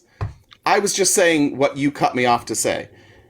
Bill Maher just did an interview with Patrick Bet David. And Patrick Bet David and Bill Maher had an exchange where they were like, Bill Maher says he's still voting for Joe Biden. And Patrick Bet David's like, how could you vote for Joe Biden? And he's like, well, how could I vote for Donald Trump? And then Patrick Bet David says, well, Joe Biden forced everybody to take the vaccine. 70% of Americans were forced to take the vaccine. And Bill Maher said, yeah. Well, that's not true. They're both they're both. Bill Maher was forced to take it. Bill Maher. And he said he wasn't happy with that. No, wait. So say the whole thing, RTP. Eric, don't lie. Eric. Don't lie, RTP. Eric. We both watched it. Eric. It is not true that 70% of Americans were forced to get a vaccine. So Bill Maher wasn't forced? No. He said he wasn't able to go into his business if he wasn't to do his job. Yeah, you're not. Yeah. That's not forced. A job is a privilege. Like, you don't have a right to have a job, Eric. That's forced. Yeah, that's. Wait, who forced it? That's a regulation by corporations. RTP, come on. Wait, who forced him? Where did you work that didn't force you to do it? I've worked for myself for That's why you didn't get forced to do anything. But you probably Eric, good lord, dude, Eric, good lord, man. Could we have a real conversation? Who forced Bill Maher? My buddy was just over here. Eric, shush. Eric, shush. Stop talking in the middle of my questions. Who forced Bill Maher to be vaccinated? Was it Joe Biden or was it the company he worked for? I never said it was Joe Biden. Okay, well, I know you didn't. Never. I'm saying, What I'm saying is that Patrick Bet-David and Bill Maher both said Joe Biden forced 70% of Americans to be vaccinated. That's not true. They're both dumb. They're both of them, they're both dumb. You're balling, RTP. Put your money where your mouth is. And frankly, if you are a person at this point who is still anti-vax, that's fine. You get that opinion. But don't sit here and pretend that it's based on the preponderance of the evidence, because the evidence is overwhelming that the vaccine is one of the most safe vaccines we've ever had, and that it's very effective. If you don't want to take the vaccine, that's your business. If you want to say that, like, you don't believe any of the science, that's your business. But don't tell me you're a numbers guy when you look at the numbers and the numbers tell you it's safe, and then you're like, oh, but let me tell you about this conspiracy theory. He's not a fucking numbers guy, and neither is Bill Maher. Neither one of them are. They're gut guys. They go with what their gut tells them. Okay. The funny thing is, bro, Patrick Bet-David's his resume is nothing compared to your resume. So you want to try to act like you are more knowledgeable. That doesn't make a person. You know more somebody's shit net than he worth does. doesn't make them. He's not a number guy. He's not shit. He's so dumb. You're so smart. I mean, that is a narcissist to the fullest, brother. That's not what narcissism is. You don't know what words mean. Yeah, I do. Somebody's net worth. You're does a not, Dunning-Kruger narcissist. Somebody's net worth does not indicate how smart they are. I never said it did. I listened to him speak. Well, I would say. I listen to him speak. I listen to you speak, and you could speak good. You're good at cutting people off. Listen, when it comes to politics, Bill Maher could roast you. When it comes to politics, I'm miles ahead of both of them. Bill Maher could roast you. No, he could. No, I'm miles ahead. Bill Maher, in fairness, is a lawyer. He has had training in debate, in speech and debate. Bill Maher's a lawyer. Yeah, and how did Patrick putting clips of TikToks on YouTube? How did Patrick Bet-David? How did Patrick Bet-David build that podcast? How did Patrick Bet-David? How did Patrick Bet-David? How did Patrick Bet-David build that podcast? It doesn't matter how he built it. He built it. Okay, well, now you're going to be quiet while I tell you what he did. Patrick Bet-David took the millions of dollars that he had made, and he started going out and he started booking celebrities because that's smart. Well, it is smart, but does it mean that? But he's dumb. Hold on. He's smart, but he's dumb. Calm down. No, I don't think Patrick Bet-David is dumb. I think he doesn't know shit about politics, and he's not a numbers guy. I think he is a gut guy. I just told you that. Obviously, he's smart, but he didn't get to this level where millions of people listen to his podcast because of him. He got this way because he pays people. He pays massive, like he had Kobe Bryant, Tom Brady. Like he brought on massive superstars, and he paid them their appearance fees. Yeah, and that's how he built it. So it's fine. It was a smart plan. It worked for him. But let's not pretend that he got there on his merits, on his ability to interview, on his thoughts. He didn't. He got there because he booked. Okay, well then don't tell me he's smart because he has millions of viewers. Like that doesn't make him smart. He was rich, I never said he was smart because he had millions of viewers. That's what. It's literally what you said. I never said he that, has. brother. You said he has millions of viewers. You don't, but you're so smart. Yeah. You said. Yeah. Yeah. Okay. So you want to take it in that he's got millions of viewers, he's so smart? No. He's so smart because he was able to create shit from nothing. He said where he's from, a third world country, came here and built something from nothing, okay? And with his resume on what he's done living in Syria and having to be in refugee camps and all kinds of shit, and what he's created to now with a wife and 4 kids and a very big, prominent business and employing a lot of people, I think that's amazing. Okay, so guess what? Now he can have a lot of important people on his podcast, but nobody's saying that's not amazing. Questions. Eric, we agree with you. Eric, we agree with that. First of all, he's not. He's from Iran. You don't even know where he's from. You don't know anything. That's what he said in the video. Well, he's from Tehran. Yeah, that's true. Okay, so bro, I listened to his whole the whole hour fucking thing, and he broke down a lot of his shit in his shit. Okay, so you can go ahead and tell me I'm wrong about Eric, hold on. You're always right about everything. Oh my God, dude. Eric, hold on. Nobody is saying that his story isn't impressive. But what you're doing, like I'm saying that politically, he's very dumb. It doesn't matter if he's done great things in his life. I don't care if he cured cancer. Yeah, The fact, like, I the know. fact That's Eric, what a narcissist no, Eric, no, that's not narcissism. I don't get my political opinions from people based on how accomplished I think they've been in their life. That doesn't make any sense. Would you get your do you think it's a good idea to get your medical advice like from Patrick Bet David? I bet he makes a hell of a lot more than your doctor. How many listeners does your doctor's podcast have? What are you talking about? I'm saying that you're saying because he was successful, Like that, the organic killers I listen to? that politically we should listen to him. I'm saying, what are his political credentials? What do we have? What part of Patrick Bet David makes you think, oh yeah, he knows? You know why you think he's smart? Because he says things you like. No, and that's how Eric. And he has Eric. That's how Bro. you determine Eric. See, That's that's a how narcissist. Eric. You're telling me how I That's feel. Eric. That's how you. Thank well, you. because I've listened to you. I can That's tell you how you feel determine too, it. bro, but I'm not a narcissist. You don't know what narcissist I'm not going to means. tell you how I feel. I don't know everything. I'm wrong on a lot of things. Okay. Yeah, you are. I do. Narcissists is they think they know it all. They'll bite don't your think hand that. off and cut you off and make you shut up and listen to them. Bro, Eric, you there's do a about big- 10 things narcissists do. Oh, okay, thank Sorry. you for. And again, I'm sorry you do. And just to be clear, you have this expertise of diagnosing a narcissist. How? I do because I dated one for a year and a half. If you dated And a then when I looked it narcissist. up and learned about it all, Gotcha. you do So- everything she did. Okay, what's a narcissist? Explain it. Define narcissist. RTP, you know what it is. Define what a narcissist is, please. I was defining it. Somebody that bites your hand off, won't let you speak, knows it all, interrupts you. They belittle you and call you names and say you're not smart. They say you don't know shit. They know it all. They're very rude. They man, I could keep going. Controlling. All of us. You just on a bad They're day, Eric. controlling. You You guys know what narcissists do, and then Dunning-Kruger So- narcissists bite your hand off when they try to give you information that they don't believe your is thoughts. true. Real quick, then, do you have a problem with narcissists? They're not nice people. Yes, I do. Okay. When they're nice, that's cool, Okay, but when they're wait, dicks, they're wait. not. All right. So Donald Trump. Hey, Donald Trump's a cool narcissist. Oh, he's a cool narcissist. Got it. Yeah. Why? He Why is never that? did me wrong. He never yelled at anybody in the crowd like you are. He never yelled at anybody? In the crowd at his Trump rallies, except KKK guys. Except for shit like that. except for the media, and except for when people protested and he told people to beat him up. How about that?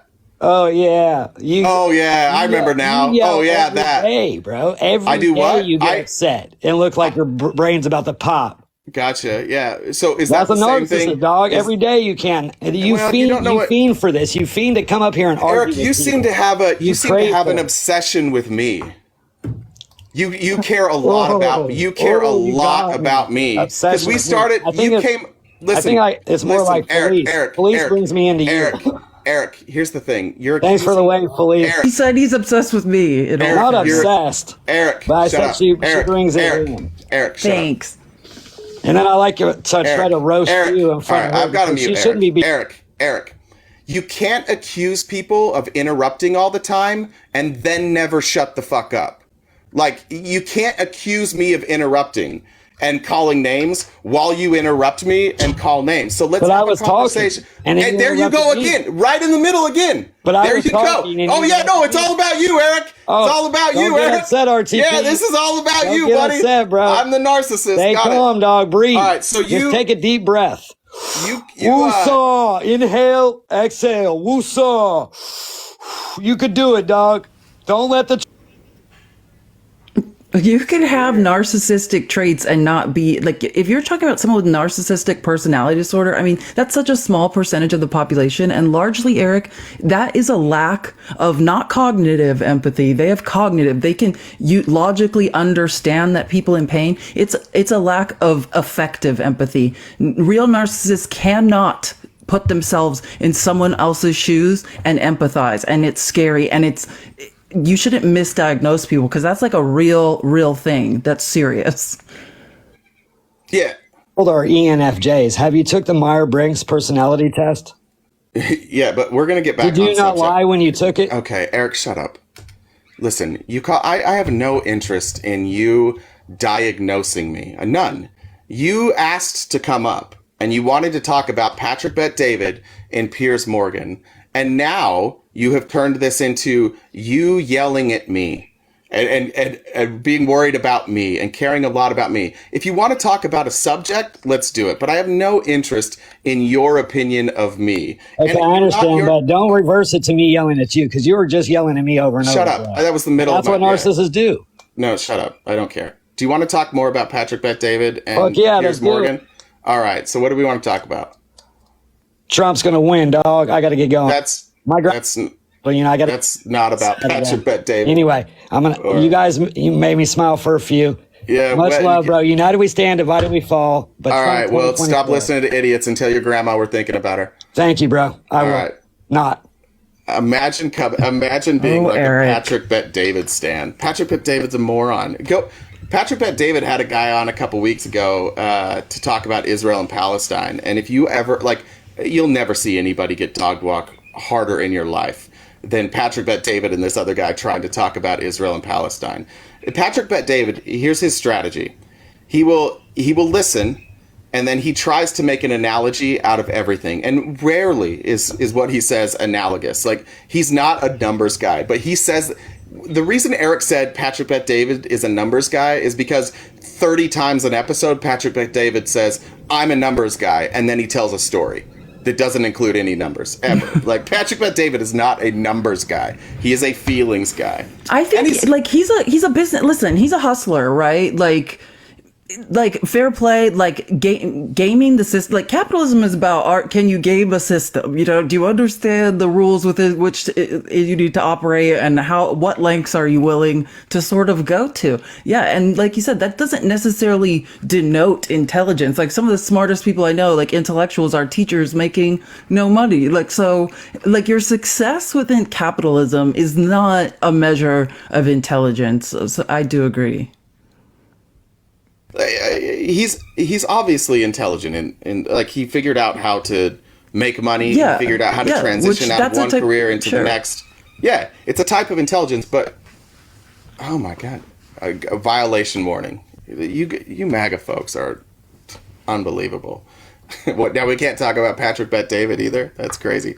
But you shouldn't equate somebody's net worth with them knowing everything. In fact, most of the time, people who are very, very wealthy, they're actually hyper-focused on one thing. They generally aren't balanced. So if you didn't become rich... Very true. Yeah, if you didn't become rich from, analyzing and working in politics, but you're insanely wealthy, it's likely that you aren't that educated with politics. Look at Trump. Trump, part of the selling point of Trump was when he ran against Hillary, he was like, oh, I know how this works. I was the one that was lining your pockets. And then he gets into office and he has no clue how anything works. What he thought was how it worked is because he gave people money, they did what he wanted. That's all he really knew. He just knew about the transactions. I give you money, you give me tax breaks. But he didn't have any clue how to operate a government, which is why his administration was such a disaster, with people coming and going and coming and going, quitting nonstop. It was a revolving door administration because he didn't know what he was doing, and he hired other people who didn't know what they were doing.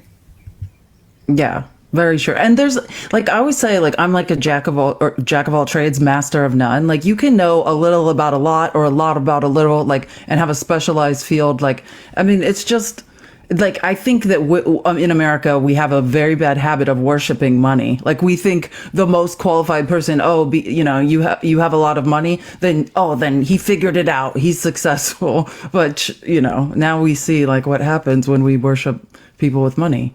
Yeah, and to be clear, I probably am overconfident when it comes to my political knowledge, but I also know, just statistically, you and I both are in the 1% of people who research, right? Most people don't spend that much time. You take the whole of America, there's not that many people that are spending 5 to 7 hours a day researching things, and that's not a brag. It's just what we do. But I wouldn't claim. You want to talk to me about accounting? I don't know. You want to talk to me about cars? No idea. You want to talk to me about biomechanics? Mm-mm. You want to talk to me I know what I know, and that's it's 3 things I know, golf, this, and I'll come up with a third. It might just be golf and this. I might not know a third thing. So I'm not sure. I thought you were going to say women or something. Mormon. I was going to be no. really? Listen, really? yeah, I'm not good at that. No, well, yeah, I think Patrick Bet David, fair play. Like like you said, no one's discounting the fact he's an immigrant who has been successful in this country. He also served the country. Like he was a veteran. Like, he's successful in life. Now, I would argue if you're like in the case of like Bill Maher's a lawyer. He very accomplished. Whatever, but the problem is when you start saying that 70% of America was forced, to get vaccinated, we have to call into question what you're doing. You're either disingenuous or you're an idiot. You could choose, or a combination of both. I thought as a lawyer, his inability to respond, because what he said, Bill Maher made the claim, he's like, oh, well, the vaccine mandate happened the vaccine happened under Biden. Patrick Bet David was like, no, it happened 2 days after the election. Pfizer stalled it so that Biden would get credit. And then they're like, oh yeah, okay. And then they just moved on. But the reason they moved on is because Bill Maher is anti-vax. So Bill Maher doesn't want to stay on this subject anymore because now it looks like it was Joe Biden. He's already believed bad science. He's already anti-vax. He already thinks that the government was forcing people. So he lost that discussion. But when he walked away from that discussion and they had a conflicting point and he just conceded, it's like, okay, well then he doesn't know. Like he doesn't know what the data is, or he doesn't know the timeline. He doesn't know anything about this. So in that area, no, Bill Maher's not an expert. Joe Rogan, not an expert. Aaron Rodgers, not an expert. Just hate to tell you guys, they're not. They're conspiracy theorists, and that's fine. Maybe they'll be right, but the data says otherwise. Yeah, I'm doing fine. So like the data would say otherwise. Guys, tap the screen. Let's get to 140K. Yeah. Did you see? Speaking of Joe Rogan, did you see that he got fooled again? No, what? Oh, what do you mean by something? He gets fact checked on his own show so often. It's just. Let's see. What, did he start talking about something and they had to tell him in the middle that he was wrong? Yeah, it was like it was an obvious. Oh, so we got a guest coming up. I don't know who it is. I don't see a name there. No, it's not me. Kimba, to you.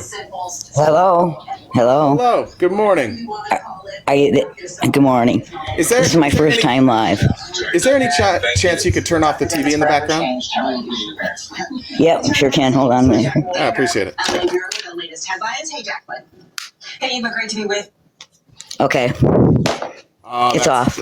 That's heavenly. Nice to meet you. Nice to meet you. Thank you. What do you want to talk about? Just kind of nervous. That's all right. Whatever are you talking about there? Well, we were talking about misinformation at first. Yeah, it seems a lot of it's going around. A lot of misinformation. It's pretty sad. Yeah. And like you say, people don't look up nothing. And that's really sad. So. Yeah, I'm with you. Other than that, I go on your live here, and I just wanted to say hello. It's nice to meet you. Okay, that's all. All right, thank you so much. Nice to meet you as well. Let's see you soon. Nice to meet you too. All right, see ya. So, okay, bye-bye. Bye. Bye. That was nice to meet you. All right, here's this clip from Joe Rogan. Like, listen, if you see, we've said this before, but if you see something on the internet and it seems too crazy to be true, it's probably too crazy to be true. But here's Joe Rogan and our guy Aaron Rodgers just like being dumb. And listen to Aaron Rodgers' response to a fake story. Like the way that they're willing to like. Anyway, I'll just play. Here's Joe Rogan. You've seen the guy in Canada, the 50-year-old man that identifies as a 15-year-old girl and got to change in the young girls' locker room and got to compete with these young girls. It's utter, complete insanity. Psychosis. Yeah. Psychosis. First of all, you're 50. You're not 15. Period. That's not negotiable. Yeah. You live a certain amount of time, period. You can't say I identify as a baby and then wear diapers and have everybody take care of you. That's fucking crazy. But the fact they're letting that, we are one step away from minor attracted persons being something that everybody's cool with.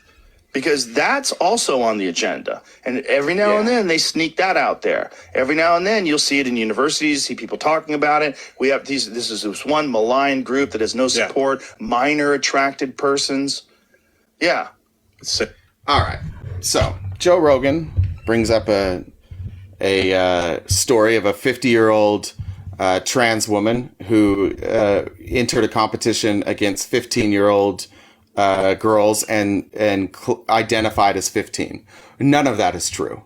Here's what really happened. And again, Joe Rogan could just check this. But I want to point out before I tell you what the truth is. And Aaron Rodgers is just like, yep, okay, this makes sense. Yeah. Before I tell you what the truth is, I want to point out that he took this story, he expanded it to say that trans people or people who support the trans community, that our actual goal is to roll out laws that allow us to sleep with minors, whatever you want to say it. I don't know how to word that great. But basically saying we have an agenda. They have an agenda, and every once in a while they sneak it out. Minor attracted persons. Here's the story. In Canada, there is this small town that has like an open swim meet. And they have age divisions, and they also have an open division. This trans woman was in the open division. She was not competing against 15-year-olds. However, there is only one locker room. So when she went and changed, she went into there's only one women's locker room. So she changed in the women's locker room. That's the whole story. And somebody who either was there and who almost certainly was transphobic decided to narrativize this and change the story and make it appear as if a 50-year-old trans woman identified as 15 in order to swim in this competition. That's not how it worked. She was in the open division. That's it. That's the whole story. But again, like, this is a guy with all the resources in the world. He could fact check it. I don't want to hear from Republicans or conservatives about agendas anymore. Like, what's Joe Rogan's agenda? Why is he lying all the time?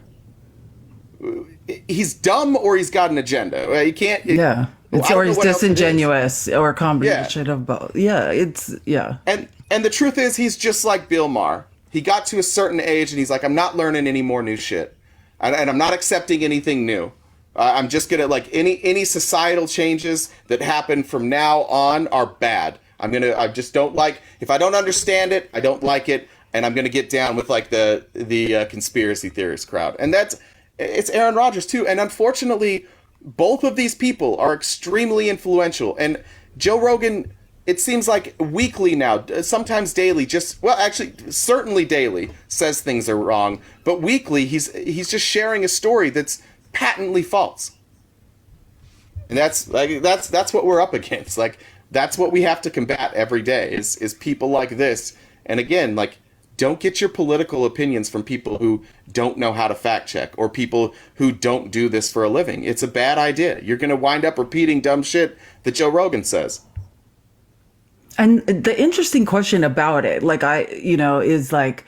is it like, did these people start lying because like the Joe Rogans or just, the cottage industry, the MAGA political cottage industry of like podcasts, like, did they start lying because they're disingenuous or did they start lying because their audience demands they lie? You know what I mean? It's like, who's wagging the dog? Like, who's really in control? Because it's like, look at what happens to Fox. Like, when Fox veered off and tried to get off these lies, then their audience revolts against them, and then they go back to like the pro-Trump narrative. It's like so interesting. It's like they're like suspended in dishonesty, like together. They like they demand each other's like dishonesty.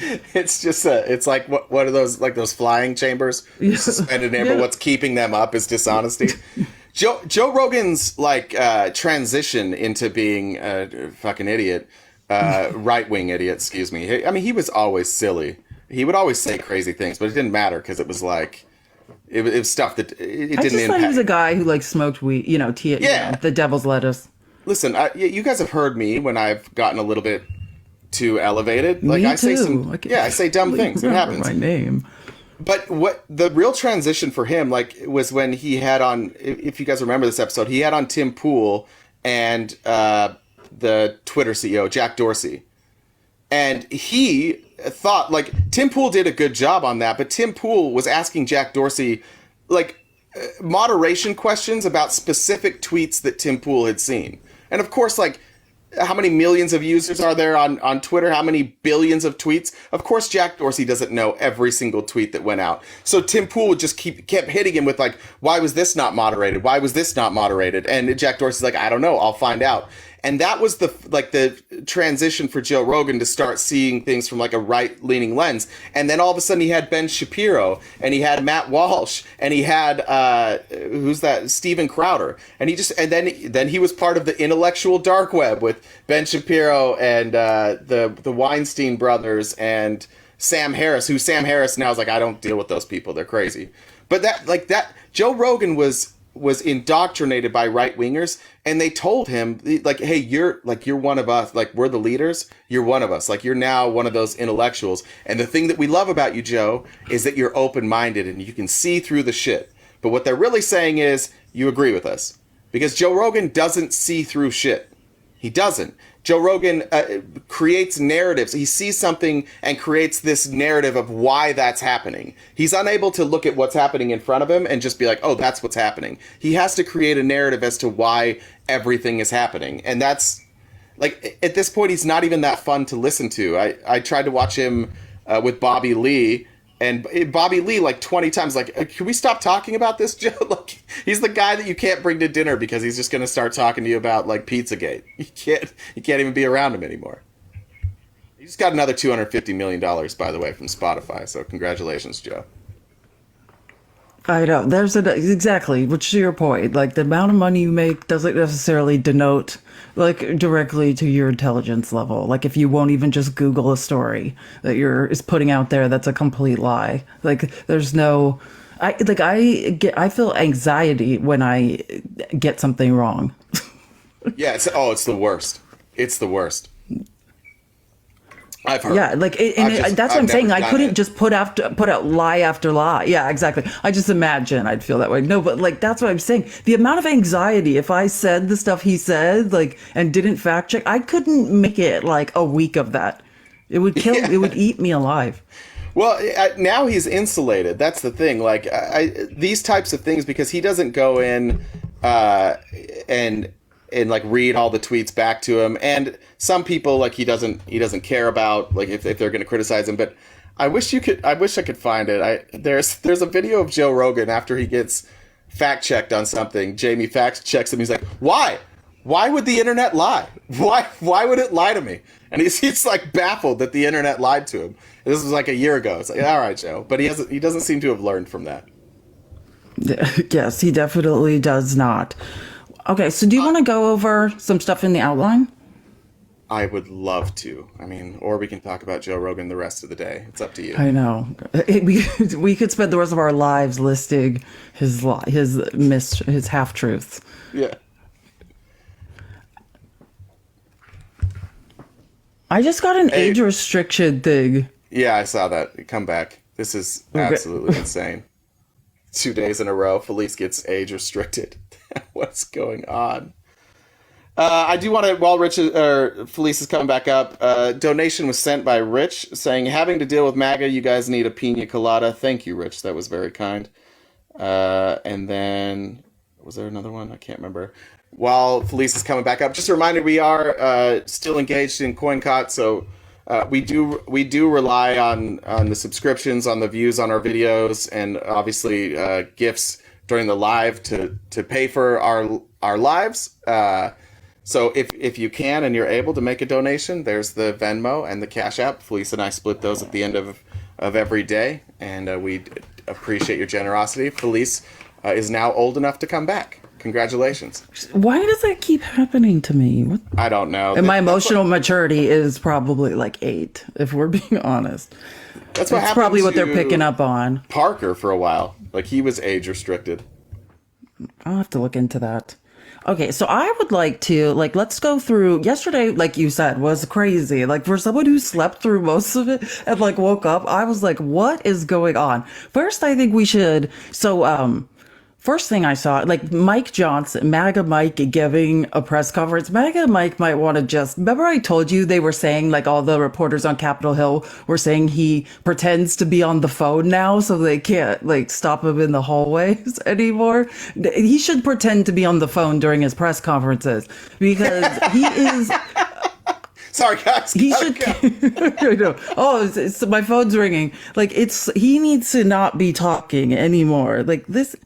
Oh, MAGA Mike. And also, actually, and before we say this, like another part of this is, I sent you the ABC News article. It's being reported that MAGA Mike is now requesting a meeting with the White House and say like. Which is, all for show, like literally, and saying like, oh, he needs to get the Ukraine and Israel aid done. And he needs to talk about why this bill doesn't have anything in the border. And like, Karine Jean-Pierre is like, are you joking? Like, we gave him the border bill. Well, he's just announced, they're doing this weird amnesia gaslighting thing where they're pretending like the border bill never happened. And like, they're shocked that there's nothing about the border on this aid bill. It's unreal. And I think the move for MAGA Mike here is because while we'll say every day that like Joe Biden's hands are cuffed when it comes to what he can do about the border because of the courts, like that's not the narrative from the right, and it's not a narrative that's widely known by people. So what Mike Johnson, I can only assume, is trying to do here is get, I hate saying this, it's a good move by MAGA Mike. It's a good move by MAGA, because no matter how this plays out, if Joe Biden takes the meeting, MAGA Mike's going to be like, I explained it to him and he's still not doing anything about it. And if he doesn't take the meeting, MAGA Mike's going to be like, yeah, he knows what he can do, and he just won't, like, he doesn't want to take the meeting because he knows I'm right. Like, it's a pretty good move politically. I mean, unless, like we said, if you spend I watch minute to minute, like political, like the news unfold, and it's just unreal the amount of lies. Like he's lying about, like, it's the gaslighting from these people is unbelievable. Yeah, there's no truth quite like the truth from a Christian Republican. There's nothing quite like it.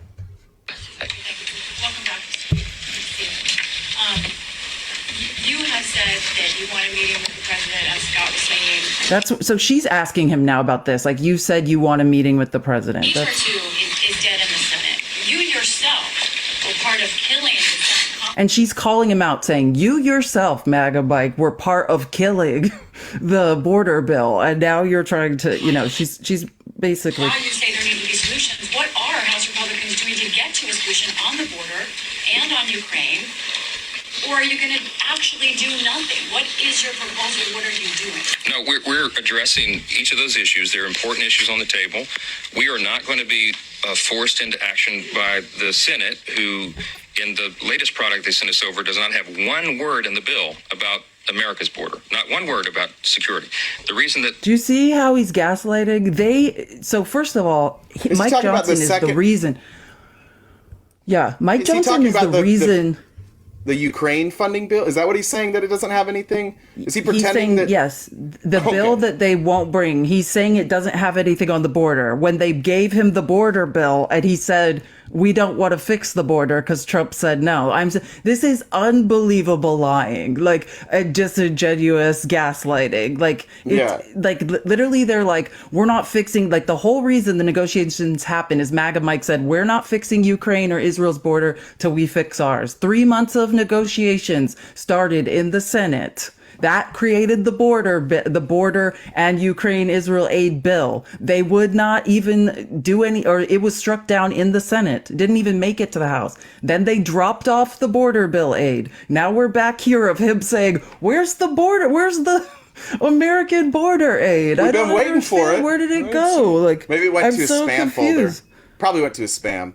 the other one was dead on arrival is because it did not meet the moment. It would not have solved the problem. You can't leave giant loopholes and codify some of the things that have gotten us into this situation. So what we're doing right now is the House is working its will. The House Republican Conference, we just met an hour ago with all the members, and there are lots of ideas on the table of how to address these issues. We will address the issues. We'll do our duty on that matter, and all that begins in earnest right now. We have to address this seriously. We have to actually solve the problems and not just take political posturing as has happened in some of these other corners. So, you're kidding, right? Like, yeah, these other corners. He The said other corners is political where it's posturing. happening. All they're doing Yeah. is political posturing. They killed the border bill for political posturing for Trump. Like and the interesting. And now they've got a know 2-week what's going on vacation with the coming up. House. Well, yeah. Well, before that, even what's been going on since the impeachment is the same stuff. Yesterday, 2 rules were struck down again on the House floor for the second time. These people can't get bills to the floor because they can't pass rules to then get the bills to the floor. It's the same thing. They failed all yesterday. It's failure theater. Like 24 hours a day, failure theater and acting. The only thing is to grind this to a halt. And I think that we talked about this a little, or I don't know if we touched on it yesterday, but basically what's happening, because no aid went to the border. They've been, since day one of Biden's presidency, he asked for more aid for the border to control the situation. Do you know what they're talking? Like, they have no more money. They're doing probably like a mass release because they can't afford to keep people in detention anymore because the Republicans will not fund the border. They have not just kept this giant problem, humanitarian crisis going. They have exacerbated it. This is on them. And then you'll have MAGA Mike and the Republicans be like, oh, okay, look, they're releasing people. This is all part of their plan. Like, if you at this point, Republicans, if you can't see through what your party is doing, like, every step they make is fucking predictable. Like, we all know what they're doing. Everybody does. Like, you got to be better, Republicans. You can't let your Congress get away with this. Look, the other part is they're wrong. They are wrong about this being a good move for Donald Trump. Donald Trump is wrong about this. He's playing this wrong. Politically speaking, he's playing it wrong. He should have put pressure from MAGA Mike to negotiate a deal and get a deal done and then took credit for it. That's what he should have done. And he would have gotten the credit. Exactly, because everybody knows he's running the House. But instead, he's pretending he's not, and now he's trying to hold back because he's his nature is vindictive. His nature is to hurt people until he gets his way.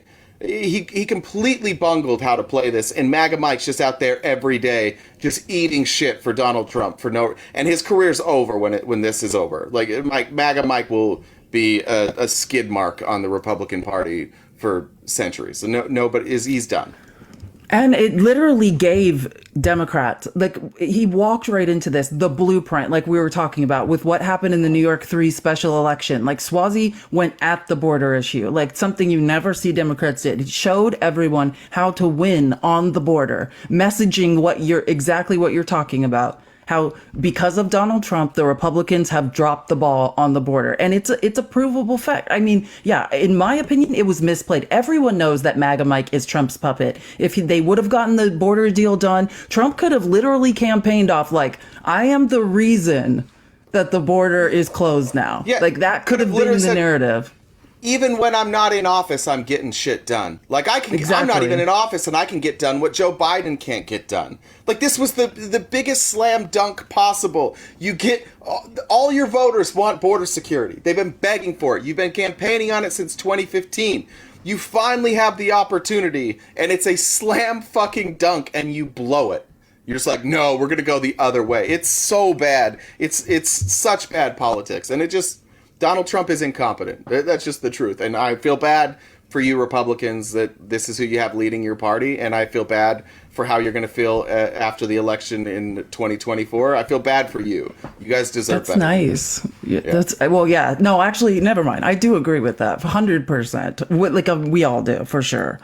Let's move on to, so Well, let's play this one more clip of MAGA Mike. This is him being asked essentially about the special election. Because, think about it. If Republicans had won that election, if they had installed Mazi Pilip in George Santos's seat, that would have set the tone for 2024. Do you know what I mean? Like, we would have heard about the red wave that's coming. And literally Mike Johnson's just like, oh, it's no big deal. Like, we didn't even think we were going to win. Like, it doesn't even... We weren't trying to win. We weren't even, People are with us on this issue. I mean, they are with us because they understand you have to actually solve the problem. And the product that was produced by the Senate did not solve the problem. You've all heard us hammer over and over, H.R. 2, right? That was our signature piece of legislation that we passed many, many months ago, last year. And the reason that all those components are important, again, is because they have to fit together. That's got to solve the problem. You have to address all of them. The Senate bill didn't do that, and that's why it was rejected. Yeah, and that didn't increase detention beds. Remember, we went over that? Like, that's the problem with that bill. Last night is not something, in my view, that Democrats should celebrate too much. Think about what happened there. They spent about $15 million to win a seat that President Biden won by 8 points. They won it by less than 8 points. Their candidate ran like a Republican. Pause it. He sounded like a... Yeah, bless Mike's heart. What's the part that Mike's leaving out there, Felice? What's the key thing he's leaving out? When he says Biden won it by 8 points, what's he leaving out? That their guy won it by... answer you want. Their guy won it by 8 points after Biden. Biden won it by 8 points in 2022. Your guy won it in 2020, or Biden won it in 2020. Your guy won in 2022. This was a flipped seat. Let's not pretend, like, what are you talking about, MAGA Mike? You guys had built a lead in this district. You caused a 16-point swing, and you fucked it up. It went backwards. See, this is the dishonesty and the positioning. Like, he's fucking lying. This is brutal to them. That's why they waited that's why they, again, did that vote last minute, because I think they thought that they were going to win that seat, and then the day of, they started seeing exit polls, and they saw no real move in the regular polls. They're like, uh-oh, now we got to impeach Mayorkas. They had to. Yeah, they had to right then. That was their only shot at it. Republican talking about the border and immigration, because everybody knows that's the top issue that is on the concern, the hearts and minds of everybody. That incumbent had been a 3-term member of Congress, and he had 100% name ID and a deep family history in the district. Our candidate was relatively unknown in that comparison and had a very short runway. And crazy. She ran a remarkable campaign. Yeah. There was a weather event that affected turnout. Did you hear? Did you hear? Now he's on the weather. Like, it's like, if you're like, just stop making excuses. Stop talking. Now it's the weather. That is in no way a bellwether of what's going to happen this fall. We are absolutely convinced. It's not a bellwether. It is. I'm telling you, whether I'm out west, on Long Island, the Deep South, Mid-South, and Midwest, it doesn't matter. There is a fervor among the American people. And it is bipartisan. People know that this country is on the wrong track. 74%. Yeah, people know this country's on the wrong track because you took women's health care choices away from them. Like, he's a true believer. Who's he talking he's a true to when believer. he goes, when he's like, I was in the Deep South, I was in the Midwest? Yeah, at fucking Republican events. Yeah, like, you're only talking to Republicans, MAGA Your Mike. echo chamber fundraising. You don't, I love it. I love that he's like, oh, this is not a bellwether for what's going to happen in November. Keep saying, love it, double down, triple down, quadruple down. We love it, MAGA Mike. And I like that he said fervor. I need to read some comments, though.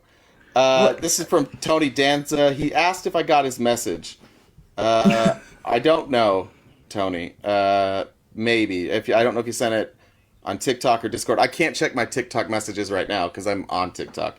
But I will check after. Let's see. Rich, I covered that one already. Miss Julie said, how long do I have to keep paying for your friendship? Your friendship is free, Miss Julie. You can stop paying. And then from Chris. Hi, Miss Julie. Chris says, Rogan Smackdown, thank you. Listen, I love a good opportunity to mock Joe Rogan. And being honest, like, I'm very sad about Joe Rogan. Joe Rogan entertained me for a lot of years. I really liked. He is funny. He just brought on like the people that I would never have had a discussion with or even ever heard from. So it was like every day it was like, what's this going to be about? And it was interesting. But a grab bag of surprise of not crazies. interesting. Yeah. All right. Yeah, guys, tap the screen. Let's get to 175K. Almost there. Work out those fingers. We're almost done with this. And the latest poll believe that the country's on the wrong track. Why? Because of the leadership from the White House. They see what is happening. President Biden has the lowest approval rating of any president who has ever run for re-election. I think it's 37% in the latest poll. It goes down precipitously. And the reason is because of all the things we talked about today. It is a total lack of leadership. And now more and more Americans have made their own opinion about his fitness for office. And so I think that's going to have a big effect in the fall as well. So yeah, and I just need to say again, like, what the problem is with this is, like, we could just argue what he just said, but that's not the point. It's the absolute misunderstanding of what's going on in the election. It's misdiagnosing, misidentifying what they're up against, what the problem is. It's not understanding, like, he brings up Joe Biden as to, like, discount Tom Swazi's win. But the problem is Tom Swazi did, I don't want to bring up Andy Bashir, but I'm going to bring it up, right? Like, not the point of these new campaigns and the blueprint we see for winning, like watching Andy Bashir win in Kentucky it has nothing to do with Joe Biden. It has to do with everything else. Local issues, shaking hands, going county to county and talking about what's important to those voters. And that's what Tom Swazi did. New York City is a huge sanctuary city. That's a huge issue. And day and night, that man talked about the border and what he wants to happen, how he will work together across the aisle to get it done. That is the message that people want to hear. I would like to know where he's getting his information. I have found no credible poll outside of he probably threw it out there. Just Republicans. I've seen no credible poll that says the border is the number one issue. In fact, if you look at the issues, like, and you can look at them weighted by party, the number one issue is 75% of people's number one issue is the economy. That's 80% for Republicans, 73% for Democrats. Number two is the future of democracy in the United States. It's at 67%. Only 61% of Americans care. We got bigger problems. Bigger problems. Then you go down. The next one is government spending. That's number 3. Finally, we get to immigration at 4, which is the highest I've ever seen it. And that's for Republicans, 76%, for Democrats, 63%. Border security and immigration right there at 63%. And then right below that is healthcare, abortion policy, foreign policy, gun policy, crime, issue around race and ethnicity, climate change. So 1, it's not number 1. 2, it's number 4. And 3, the number 4 issue that you think is the number 1 issue, you're getting dog walked on. You're the only people not doing anything about it. So if it's your number 1 fucking issue, why is your solution to do nothing? I'm just gonna keep giving press conferences. That's the American people care about the border, but what they care more about is press conferences. They don't really want to do anything about it, but we do want more press conferences where I blame Democrats. It's such bad politics. They're so bad at this. Disingenuous AF. Oh, and then I'll find it. We don't even need to play the clip because it's like 5 seconds. But that's I think as Manu Raju was asking, Ralph Norman is just saying whatever comes to his mind lately, and he was like, Manu Raju was literally like, how is impeaching Mayorkas? Because that's what MAGA Mike's saying. Like, people are like, you're doing nothing on the border. And MAGA Mike's response to that is, we impeach Mayorkas. So Manu Raju goes and asks Ralph Norman, like, how does impeaching Mayorkas do anything to help the border? And he goes, whoever said it did. Like, these people aren't even what the Republicans are the best at. It was messaging. And it seems like these people, like the House Republicans, are not even on the same page with messaging anymore. It just seems like it's just every day, it's just more of a breakdown in communication. Well, just to respond to that, being real honest about that, what does impeaching Mayorkas do for the border? It makes it worse. It means that Mayorkas has to sit through these fucking hearings, and Mayorkas has to meet with attorneys, and Mayorkas has to meet with probably White House counsel, and he's spending all of his time defending these claims from Republicans, and he's the one that's supposed to be leading. Again, not only does it not help at the border, it's actually making things worse. Everything Republicans have done this year has made things at the border worse. Everything. I challenge a single Republican to come up here and tell me what Republicans have done to make the border better. Not what even what Greg Abbott did. Did that fix anything? Nope. In fact, what it did is it created a divide inside of the National Guard. It took those people who maybe are politically active in the National Guard and politicized them and turned them against the other people that they're working with. Every step of the way, Republicans are just making things worse and worse and worse. It's why you're seeing these special elections go the way that they're going. This special election in New York was about the border. It was this. I think it was the second most important issue, and Republicans got killed on it. So if you're going to tell me this is about the border and you can't win that conversation, cry more. Right? And Guerrilla Radio, cry more. We fucking won, you idiot. We won. The Democrats won. We're not crying because we won. We want a better opponent. You guys suck. We're the Globetrotters and you're the Washington Generals. We're tired of dunking on you all the time. We want a little bit of competition, but you keep bringing in morons.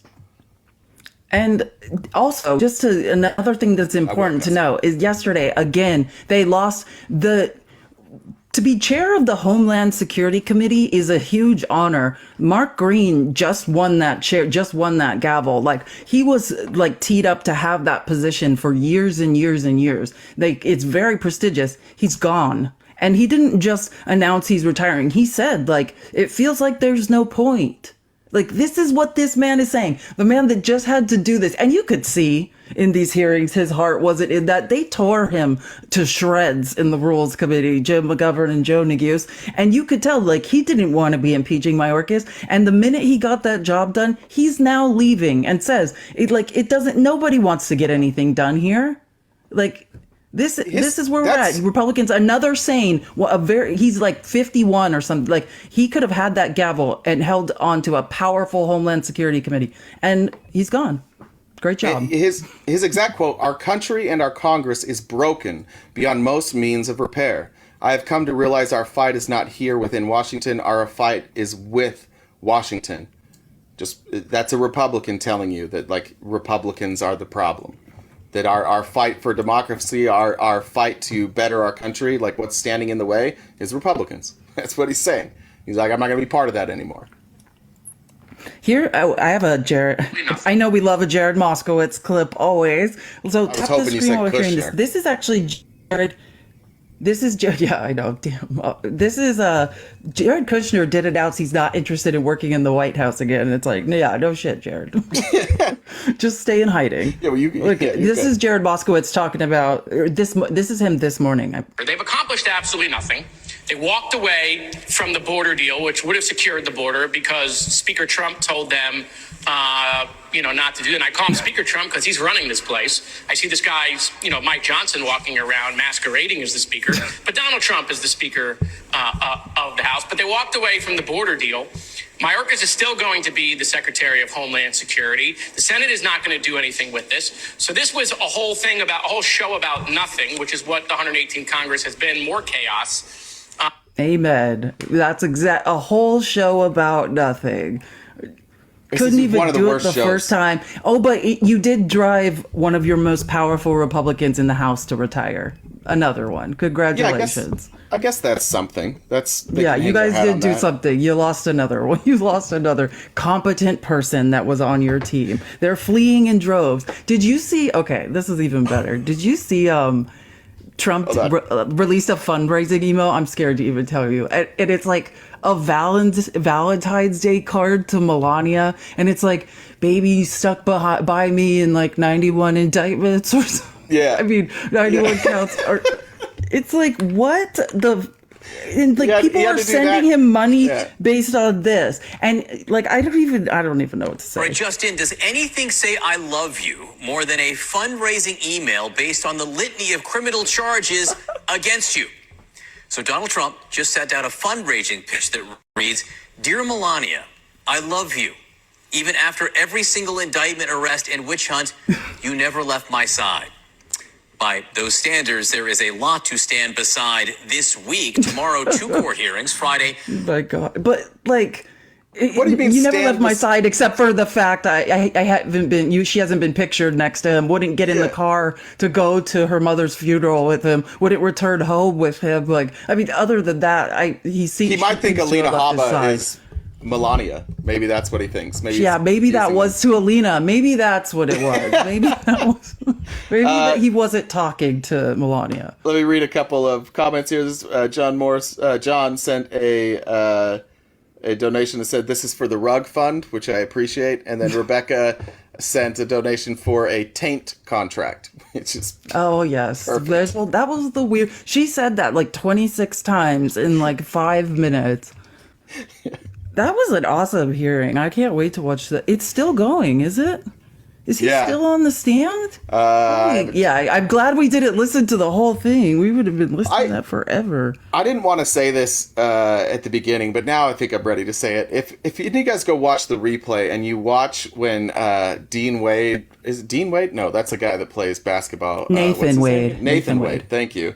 Nathan Wade is walking to the stand. Fannie Willis gives him a look of pure just like... She looks him up and down and smiles.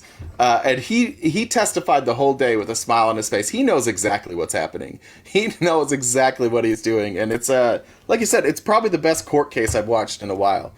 It was must-watch TV. I'm excited to get back to it.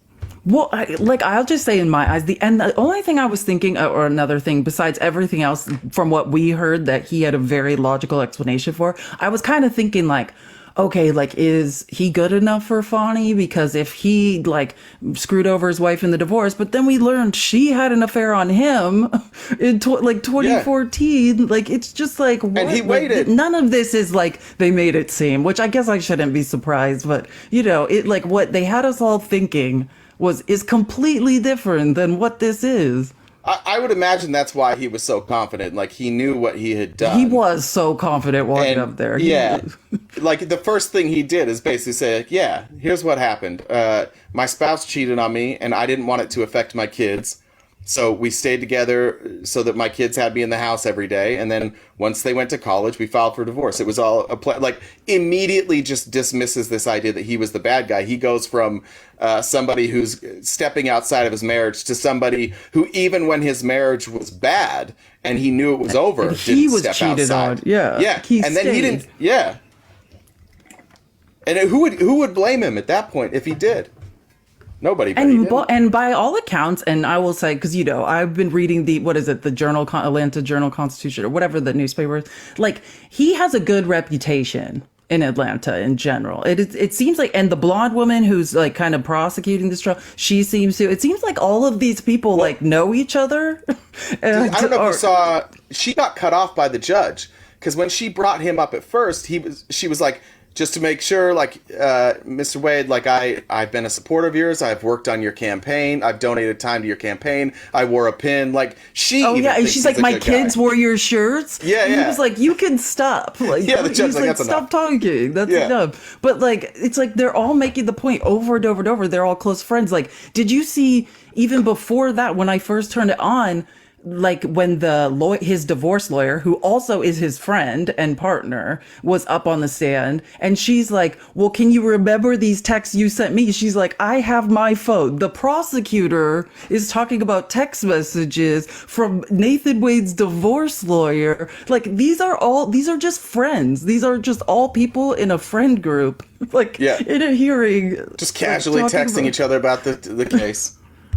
I know, she's like, you can use my phone, like trying to pass him her iPhone, like during the year. It's like, you guys couldn't have had this meeting like outside of the court. This is unbelievable. Yeah, I'm glad they had it there. Alan says you guys are the best on TikTok. Thanks, Alan. I appreciate that. Well, thank you so much, Alan. Gosh, speaking of the best, Jim McGovern, the gentleman from Massachusetts, one of my favorite members of the House, was on fire yesterday. He was on the House floor just tearing up the Republicans. So I just want to play a couple. You can't miss out on Jim. Oh, please. And I was just giving some friendly advice to the gentleman based on the results of last night's election, which my Republican friends were predicting a victory. But I'm saying that the reason why you did not win last night is because people think that what you're doing is not the right thing. Your ideas are unpopular, and they're sick of the incompetence and the inaction. They're sick of the complaining and no solutions. You complain about the border. Democrats and Republicans work together in the Senate to come up with a bill. And maybe it's not everything you want, but it was negotiated by some pretty conservative right-wing Republicans. And rather than bringing it to the House floor so we can have a debate and a vote, Republican Speaker and the leadership says, no, it's not allowed to be considered on the House floor. It gets better. So this is not just kind of reruns week in terms of legislation, it's reruns week in terms of talking. Oh, sorry. I just needed to make sure I was playing. Reruns week in terms of legislation is reruns week in terms of talking points. The previous president, Mr. Trump, who my Republican friends are so enamored with, let me just remind you of some of what he was all about. Called President Xi brilliant. He said he got love letters from Kim Jong-un of North Korea, and then he said we fell in love. Like, who says that? Says President Orban is one of the strongest leaders in the country. Can't say enough things nice about Vladimir Putin. While he was president, Vladimir Putin was planning his invasion of Ukraine. And the other day, Trump says, if NATO doesn't do what I want, then I don't care whether or not Putin invades them. Like, who says that? Biden has united the world against Putin's aggression in Ukraine. And rather than helping Ukraine stand up to Vladimir Putin, my friends on the other side of the aisle are basically giving him a gift. They're denying essential aid to help the Ukrainian people repel a violent and vicious attack by Vladimir Putin. What is wrong with this place, Mr. Speaker, that this is where we are? I mean, I don't know whether my friend from Pennsylvania supports the Ukrainian people in their struggle to prevent Russia from invading them or not. If he does, then he should join with us and say, let's have a vote. I mean, they're literally down to bullets. Putin is ecstatic. Putin is thrilled that the Republican leadership in this Congress is holding up aid that will prevent Ukraine from being able to repel a Russian invasion. Yeah, which to the next point then, during this time when he's on the House floor, that's when this report is coming out from the Security Committee about what is going on here with Russia? Could we point out that earlier in this week, despite Marge not knowing how to use Google Translate, she got an incorrect translation, but in an attempt to censure, was it Rashida Tlaib or Ilhan Omar? Ilhan Omar. Ilhan Omar, okay. She tries to censure both of them all the time. It's hard to keep up who Marge is going after. But she attempted to censure Ilhan Omar over her perceived, based on an incorrect, interpretation, that she was acting as a foreign agent, or that she was choosing other countries over the best interests of our country. The whole fucking Republican Party is literally guilty of this, and we don't need a translation because they're speaking English. We know what they're saying, and it's on C-SPAN every day. Like when Jim McGovern gets upset, like I feel like whatever level of upset he projects, he's like 85 levels higher than that internally, because this is the nonsense they're talking about. Like, Republicans openly are rooting for Vladimir Putin, and that is not in the best interest of our country. And no, Democrats could try and censor them if they wanted, or censure them if they wanted to. They're not going to, because they're not going to play these games. But it's just ironic, in the same week that Marjorie Taylor Greene is accusing others of being foreign agents, you have the Republican Party, the Freedom Caucus, like running interference for Vladimir Putin. Like, hey, let's make sure that Vladimir's army's more protected by not funding Ukraine. Let's help him out. Again, we said it yesterday. It's always a self-report. Whatever they accuse somebody else of is what they're afraid of being accused of. Absolutely. That's like Tucker is like in a grocery store. Did you see the clip of Tucker in a Russian grocery store yelling that like everyone should like move to Russia because the grocery stores are nicer? It's just like these people, Wait, so you ever been to a Trader Joe's? I know. Tucker? Like, I'm like, what do you, it doesn't even make any sense. But yeah. And then, so during this time, the intelligence committee is like being briefed on like, essentially the use of nuclear explosions or directed energy to disable satellites. According to one U.S. official who spoke on the condition of anonymity. So this was interesting. This came out yesterday, and Republicans, again, watch what they're doing. Like Marjorie Taylor Greene immediately comes out. She's like, I was in the skiff for that, this is dangerous, and they're lying to us. Why aren't they telling us the truth? And it's like, well, because we just told you about it. That's why. Like, we just found out about it, and we just fucking told you. And now you're mad that, did you want us to tell the American people first? And again, they're going to use this like, oh, well, can't Trump believe she's president. got a security clearance either. I mean, I know there's no point in mentioning that anymore, but it's just wild that she's being read into this stuff. She's 100% telling people on the side what happened in there, she right? is. Yeah. She called a bunch of people. Her conspiracy theory, like, for like, or online community. She probably has a Discord.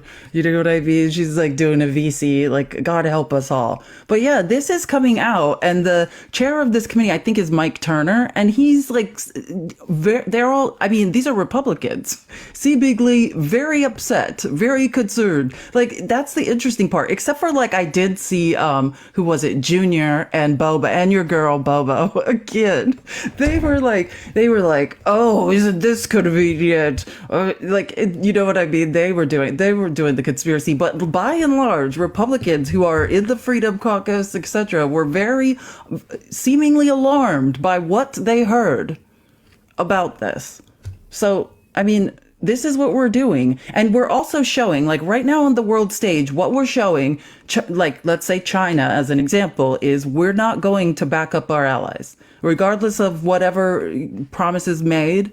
You know, like that. Now, there's now a question of whether or not we're even part of an alliance. So here's what Marge said, and this echoes what a lot of Republicans do. But I want to show you the game that they play, and they'll do this every time. So Marjorie yesterday, are we facing a national security threat? It's my duty to be honest with you. Yes, it's real, but also it's not your duty to tell people what you learn in a skiff. That's definitely not your duty. I went to the briefing today in the skiff. Okay. I'm going to be honest with you about this security threat. And what was the security threat again? That they're trying to dismantle satellites, trying to figure out ways? Using nuclear explosions in space to disable satellites. Okay, cool. So this is going to be Marjorie Taylor Greene explaining that particular security threat. Our president is a dementia patient in charge of our country, and the nuclear football who ripped our border wide open for over 10 million people and counting, from over 160 countries around the world, and 2 million of them we never caught. However, an unknown number of those are in fact terrorists who want to kill you. I want to point out that I used the punctuation she gave me there. So if it sounded like a run-on sentence, it's because it was. Not only that, the administration has empowered the criminal cartels, and they not only control most of our southern border, but are also making tens of billions from human and drug trafficking, and have expanded their international operations to have a strong foothold inside the United States. Along with that, the government you trusted with your hard-earned tax dollars has enslaved us all over 34 trillion of debt. Communist China owns most of our debt, and China makes most of our critical chain supplies. You know, like medications that keep many of you alive. Now that interest on the debt is climbing so fast that the annual interest alone is soon to be bigger than our entire defense budget. Turns out smart people running the federal government have made so many bad decisions with foreign policy and trade that our dollar is under dire threat. This means your 401ks. These are just a few of the terrifying top national security threats that we face. So, nothing that she learned that day. This is the game they're playing. And this is what happened. Like, they write that out that way because they're like, oh, we're under attack. This is a threat. And then they just go, like, directly into their campaign mode. We don't like Joe Biden. He's old. The cartels are running the border. It's such a dumb game. And why did she not say what the real problem was? Because, like, she can't campaign on that. She can't smear Joe Biden with that. I've wondered this, though. I've wondered... You see the rhetoric from Elon. You see his very obvious pro-Putin stances, and Elon does a lot of stuff in space. Elon has a lot of satellites in space. Are we 100% sure that Elon wouldn't use his access to space to help the Russians? Are we sure on that? I'm not sure on that. Food for thought. Nobody knows for sure. No. I honestly wasn't thinking about that. But I'm going to play a very funny clip now. This is a press conference yesterday by the Democratic leadership. Pete Aguilar is talking. Thank you, Mr. Chair. Speaker Johnson said several times yesterday that one of the reasons he's not going to put the supplemental on the floor is he wants to focus on the appropriations deadlines that are coming up. As an appropriator, you understand how this process works. Is there anything about this process that would preclude him from putting this bill on the floor? What's your reaction to him saying that one of the reasons he's not in a hurry to put the supplemental on the floor is because he wants to focus on the upcoming appropriations deadline? So he's asking him, like, he's saying another excuse of the leadership, Republican leadership, is rather than, while this crazy national security threat is come to light and all this other stuff is going on, rather than bring the bill to the floor, which the answer is he's not allowed to. He says that he's going to work on the appropriations, right? Appropriation stuff, because they have to keep periodically funding the government because they are still using Nancy Pelosi's budget. Democrats also believe in on-the-job training, and that's clearly... He said, Democrats also believe in on-the-job training. Yeah. Appropriations deadline. I think Democrats also believe in on-the-job training, and that's clearly, where Speaker Johnson is right now. But you have to be able to do two things at once. Nancy Pelosi frequently did 12 things. I understand doing two is hard for him, but that's what the job entails. And so we've got to focus. We have multiple priorities to get done, and that's what we should be focused on. But the Appropriations Committee should be working on. They have their numbers. They should be marking up those bills. We still have ample time on the floor this week and in 2 weeks that we can take up a national security supplemental if the speaker was truly intent on delivering this, or what we're finding out is he just wants to carry Donald Trump's water. But we have to be able to do multiple things at once here. But he's shown incapable of that. He's shown incapable of that. I mean, these press conferences, and the problem is where's the lie? It's Donald Trump's Diet Coke, not water. That's true. That's the main lie. Yeah. By the way, there is something going viral right now as we're talking. Donald Trump truth something, and it's being picked up by right-wing organizations everywhere. Just because you guys are going to come across this today. Where did that tweet go? Go back. MSNBC. This is of course all caps. MSNBC just stated game over for the fake Fani Willis case in Georgia. Another scam coordinated with the Biden White House for purposes of election interference. What actually happened is that Caroline Polisi said that if the allegations are true, that Fani Willis could be removed from the case. That's what was actually said. So not game over, not saying that the allegations are true, but simply that if all the allegations are true, she could be removed from the case. So when your Republican friends today are saying that even MSNBC says this is a scam, they're lying to you. That's not what MSNBC said. That's a really good segue. Under the article section of the outline, it's number 17. I don't know if you guys have noticed this, but Trump now, what he does is he takes like a Newsweek article and edits it, changes the Newsweek article or takes out parts he doesn't like and then puts a little asterisk like next to and then posts it on True Social, like, which is what Russian state media essentially does. Like, essentially, he is now editing free and fair journalism and then reposting it. I mean, how many times did we have to see him come out of the court case in New York with E. Jean Carroll and say the judge just said that the case is over, it's dismissed, that there will be. He would come out of court and say that, and then the next day he's in court, and no Republicans went, it was over. I could have sworn he told me yesterday that it was over. I thought, and then he would come out the next day like, judges basically said they lied, there will be no damages, and then here comes the findings. 83 million in damages. Like, it's unbelievable what this person will lie, and unbelievable that you dummies keep showing up and supporting him. Stop it. Be better. He's editing the articles you're allowed to read now. He is editing the articles he will allow his cult to read, and they're fine with it. Like, you're not even allowed to read the original versions of articles. Even that is being doctored now. So when I was still Mormon, there were a lot of things that came. There was this thing called the CES letter. It was CES is Church Educational Services. That's like when you were in college, you went to So they'll have like seminary during school in high school, but then when you're out of high school, it's just like, I forget what they even call it. Do you remember what they call it? Son of a bitch. Institute. Yeah, it's called Institute. Anyway, so this guy, this LDS guy who had done a bunch of history on the Mormon Church, he wrote a letter to the CES president, and it was basically just an outline of questions about stuff that he had been told that wasn't true that turned out to be true. And the CES letter, the CES president never responded to it, but the guy made his letter public. It was an open letter.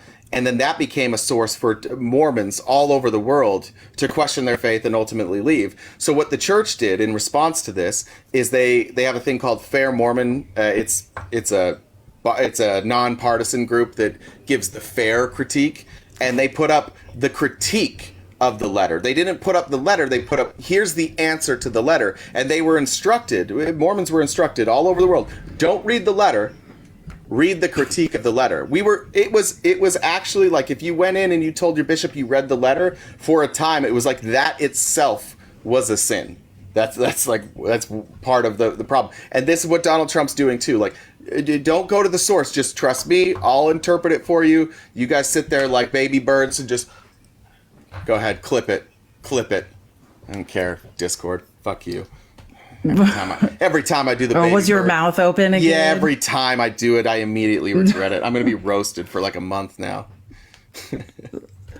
Okay, so yeah. Anyways, anywho, so let's move on, I think, to, we talked about the mass tragedy yesterday in Kansas City. So we'll move on now to, there was a Trump rally in South Carolina, which, I will say Trump, I feel like he pulls something extra out when he goes to South Carolina, does some extra telling of tales. It's unbelievable. Yeah. But first of all, this started with Nancy Mace, who, and I'll find that clip later, but I'm going to play this clip.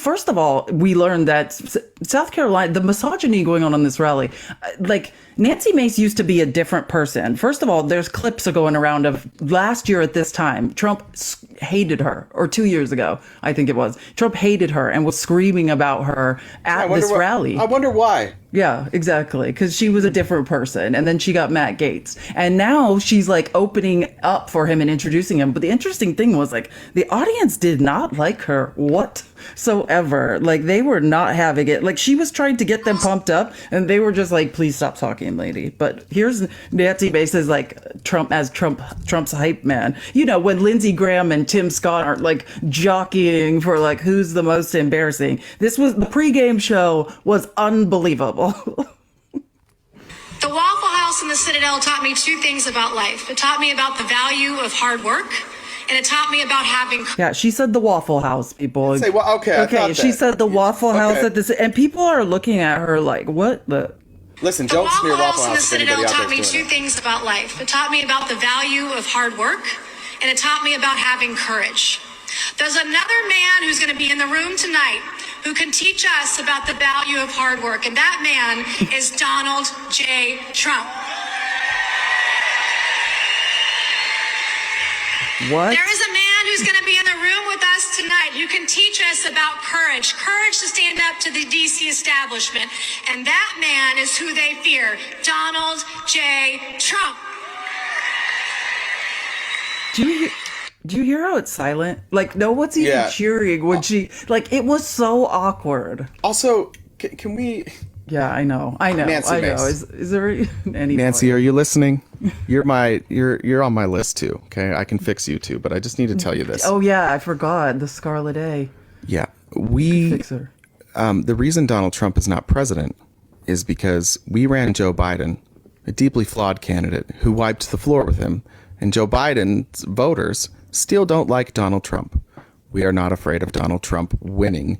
Or we're not afraid of Donald Trump. We're afraid of what would happen on the off chance that he became president and undid our democracy. But like, nobody's afraid of Donald Trump. Literally nobody's afraid of Donald Trump at this point. He's just a loser. And you guys are... And I'd like to ask a second question to Nancy Mace. What part of working your job at Waffle House taught you courage? That was the other part I wanted to know. Waffle Houses are rough. Apparently, you've never been to like at a Waffle House at like 2 a.m, like when the bar gets out. Like, many times. Oh man, many those times. places are crazy. All I'm saying is those places are crazy. I've seen some things. Yeah, all right. I mean, I don't know why Nancy Mace's way of relating to MAGA is to talk to them about Waffle Houses. It's kind of offensive. Just in like, I don't like anything she's doing here. I'm here tonight, you are here tonight, because there is only one man who can save America, and that man is Donald J. Trump. Nobody was like 5 people were like, okay, Nancy, like, please be quiet. Like, it was absolutely embarrassing. Wait, let me just... Tim Scott, like, walked off the stage the wrong way, but... And he'll be here in just a little while, and when you see him, let's make sure on Valentine's Day we share our love for Donald J. Trump. What's up, John? And then he walks off the stage the wrong way. But even Tim Scott has now become the most popular, which I was like, what? You know, it's weird. But Tim Scott's the most popular of the three. This is not a Republican or Democrat thing. But it's fucking cringy every time when they do this. When they hype up one person. Like, guys, these are politicians. They're just politicians. They're not superheroes. Most of them aren't good people. Almost all of them are there for power. Can we stop? Can we stop? Don't do it for Joe Biden either. We don't need to treat politicians like rock stars. Their job is literally to go to Washington and vote the way that we tell them to vote.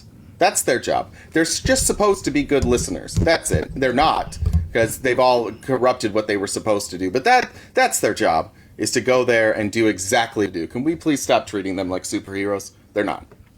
They're nowhere near the best among us. Nowhere near. For real. Okay, let's listen to a couple of clips of Trump at his rally. And let's tap the screen, guys. Let's get to 225K. God. Let's compare the smoldering records of Bidenomics. How about that name, Bidenomics?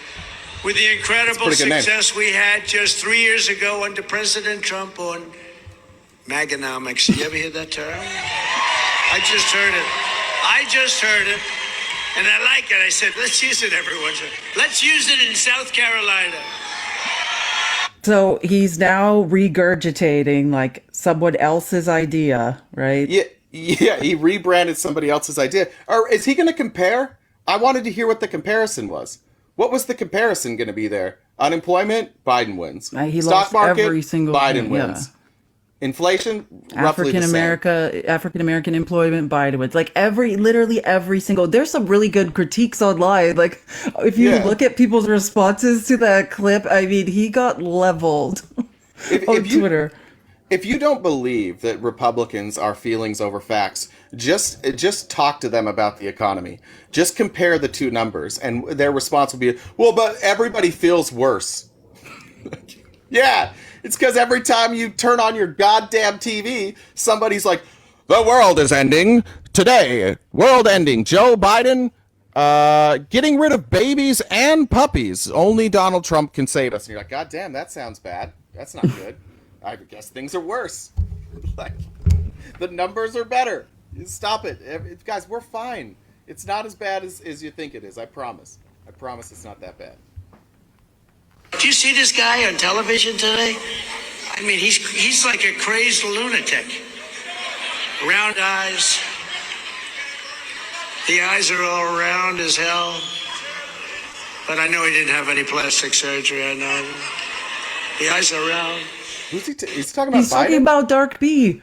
He's saying he looks like a crazed lunatic. He has round eyes. The eyes are round. I know he didn't have plastic surgery, but the eyes are round. Like, it doesn't make any sense. Yeah, Nobody knows what he's talking about. Eyes Like, are most round. of this was rambling. this speech, and I'll go, like, it's so funny. There's a transcript that was released of this speech, and I'm going to read it. Did you see him on there? His eyes were round. His head was an oval. He looked like a crazed lunatic. The moon, also round. I heard a bouncing basketball in the distance, also round. The roundest eyes. That's the biggest red flag, right? Aren't you always keeping a lookout for people with round eyes? What in God's name does it come to? Why are people clapping for that? Did you see him? He had round eyes. Fuck yeah! Yeah, they're like, that makes total sense. That makes total sense. Like, nobody was like, what do you think he's talking about? Got him. Oh, that's You can't question Orange Jesus. Wait, hold on. Congress ought to impeach crooked Joe Biden for attacking his political opponent by weaponizing the DOJ, the FBI, and even the local DAs and attorney generals against his political opponent. They ought to impeach him because that is the most undemocratic thing that you can do. This happens in certain countries, but never happened in our country.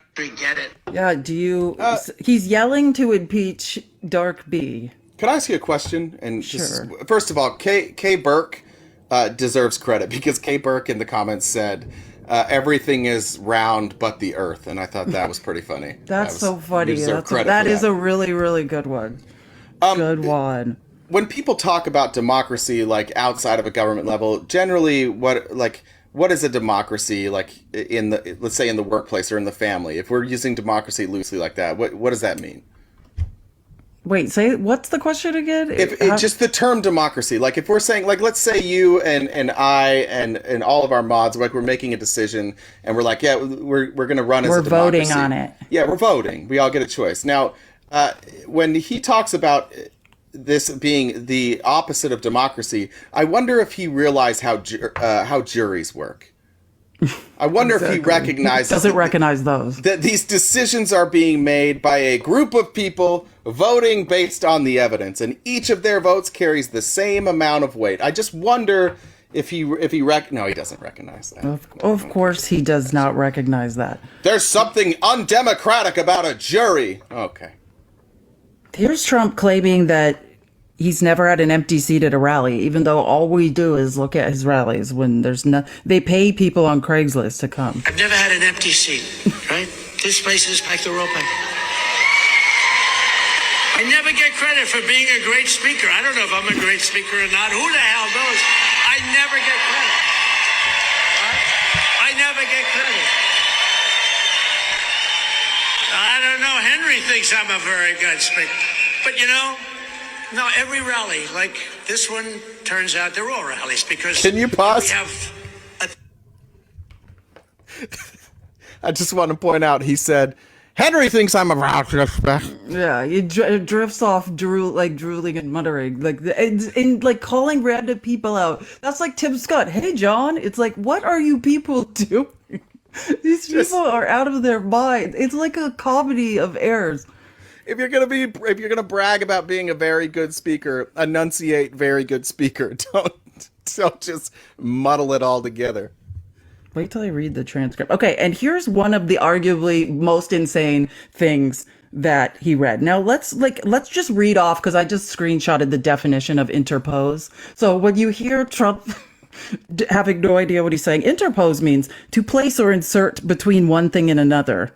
Okay, yeah, or the second one, intervene between two parties. That's what interpose means. But what Trump is trying to do, nearest I can tell, is he's either trying to use juxtapose or I think it's juxtapose. Yeah, that's what I was gonna say. Yeah. Or interchange, and he mixed the rule. And he, instead of using juxtapose or interchange, he smashed the words together and said interpose, which means something completely different. I did the same thing. I had to look up. I've never heard the word interpose. I was like, what does that mean? I did the same thing. I'm like, oh, shocker, he didn't use it right. But when I say that Obama is the president of our country, blah, blah, blah, they go, he doesn't know that's Biden. He doesn't know. So it's very hard to be sarcastic. When I interpose, because I'm not a Nikki fan and I'm not a Pelosi fan, and when I purposely interpose names, they said he didn't know Pelosi from Nikki, from Tricky Nikki. He didn't know. I interposed, and they make a big deal out of it. I said, no, I think they both stink. They have something in common. They both stink. And remember this, when I make a statement like that about Nikki, that means she will never be running for vice president. She will never be running for vice president. Remember that. All right. So this is his argument. He's trying to prove he does not have dementia, just so you know, while he's making a defense against the fact that he's saying, I'm not mistaking Nancy and Nikki or whatever. When I accuse Nikki Haley of not ordering the National Guard troops to protect us on January 6th, what I actually mean is Tricky Nikki is bad. That's what I actually meant. When I used the wrong name and said that she didn't protect the Capitol on January 6th, what I meant, and all these idiots should have figured out, is that I was just saying Nancy Pelosi and Nikki Haley are both bad. Here's another thing Donald Trump sucks at. He's such an actual narcissist, and he cares so much about being made fun of, that there was no benefit to him ever bringing up the fact that he screwed up Nikki Haley and Nancy Pelosi. He should never have addressed it because his people don't care. And everybody recognized it as what it probably was, is he just said the wrong name. He's been saying Nikki Haley over and over, so he said the wrong name, right? That's all that needed. But he's so thin-skinned that he decided, and it appears maybe on the spot, to come up with a defense, and the defense it's worse. It's so much worse. Just dig in the dementia hole. It was a joke. What kind of goddamn joke was that? That's not a joke. And then made up a word, or either completely misused a word and had the wrong definition, or used a combination between interchange and juxtapose. It's just, you're right. All he had to do was say nothing because, they don't care what he's saying. The beginning of that too was wild when he's like, when they say I said I ran against Obama, I don't know. Joe doesn't know. No, Joe knows. We've seen Joe say, hey, I'm not Obama. And I think Joe Biden is fairly aware that he's not Obama. And Joe Biden was there during when Obama was running, didn't run against Trump. Joe Biden does know. Donald Trump doesn't know. I don't, somebody needs to talk to him and be like, hey, bro, just when you fuck up, just ignore it. Don't make excuses because your excuses are worse. Exactly. It's now, this will never, that was trending on Twitter. It's just, he's made it so much worse. Now, this is him, I think, talking about NATO, which it's just, and now it just gets worse. And we got our allies to pay their fair share and bringing in over $400 billion to NATO. They weren't paying their bills. You've been reading about it. I've been saying, look, if they're not going to pay, we're not going to protect, okay? Again, no one pays America anything for being in the NATO alliance. You're just required to spend 2% of your gross domestic product on your military. That's all. Nobody owes the United States any money. He's lying. Right. Your military. Again, yours. Your own. The money you're spending stays within your country, and we do not own the world. And Biden said, oh, this is so bad, this is so terrible that he would say that. No, if they're not paying their bills, and most of them weren't when I got there, and when they asked me a question, they said, does this mean one of the heads of one of the countries, at that time we had 28 countries, of which 7 were paying their fair share, which was still low, but 7. The United States was paying for almost all of it. It was terrible. And I said, what's going on? They said, Bush will come in, make a speech, and leave. Obama would come in, make a speech, and leave. Nobody would say anything about it. When I came in, I didn't make a speech. I looked at the numbers. I said, these numbers are terrible. Nobody's paying their bills. And I told them that. And then I came back 6 months later. I said, I told them a series of lies I'm now making up. Yeah, here's another fucking lie.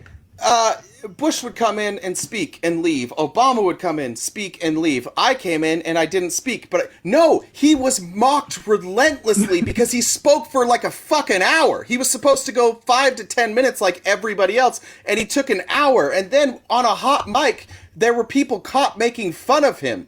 You had Angela Merkel. I can't remember. Remember when Trump tried to hug her and she recoiled in disgust? People were it was a national or a worldwide story that this idiot just went and blabbed for 50 minutes. Are we really going to keep talking about Joe Biden not remembering things from 40 years ago? We're going to do that? This guy doesn't remember. He's just like, I didn't even make a speech. I asked questions. Where? Where did you ask those questions, Mr. Trump? Where were you? Oh, you were standing in front of them making a speech for 50 minutes? Okay. By the way, how happy are you right now? Because you're about to get happier. I'm very happy. This comment is unbelievable. This is from Sean. Sean sent a donation and said, I wanted to give more, but the economy is so poor. Inflation is so high. I'm being replaced. I have no country, and I just stubbed my toe on a windmill.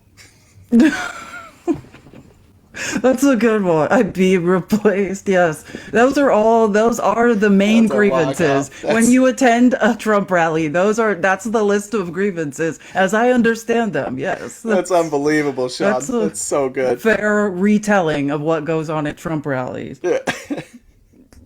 Now you've had time. But one of the heads of the country stood up and said, does that mean that if we don't pay the bills, that you're not going to protect us? I said, that's exactly what it means. Exactly. I'm not going to protect you. We don't. As MAGA cheers, breaking alliances, like military alliances, what could he say that they don't cheer? That's what I would like to know. It gets worse, by the way.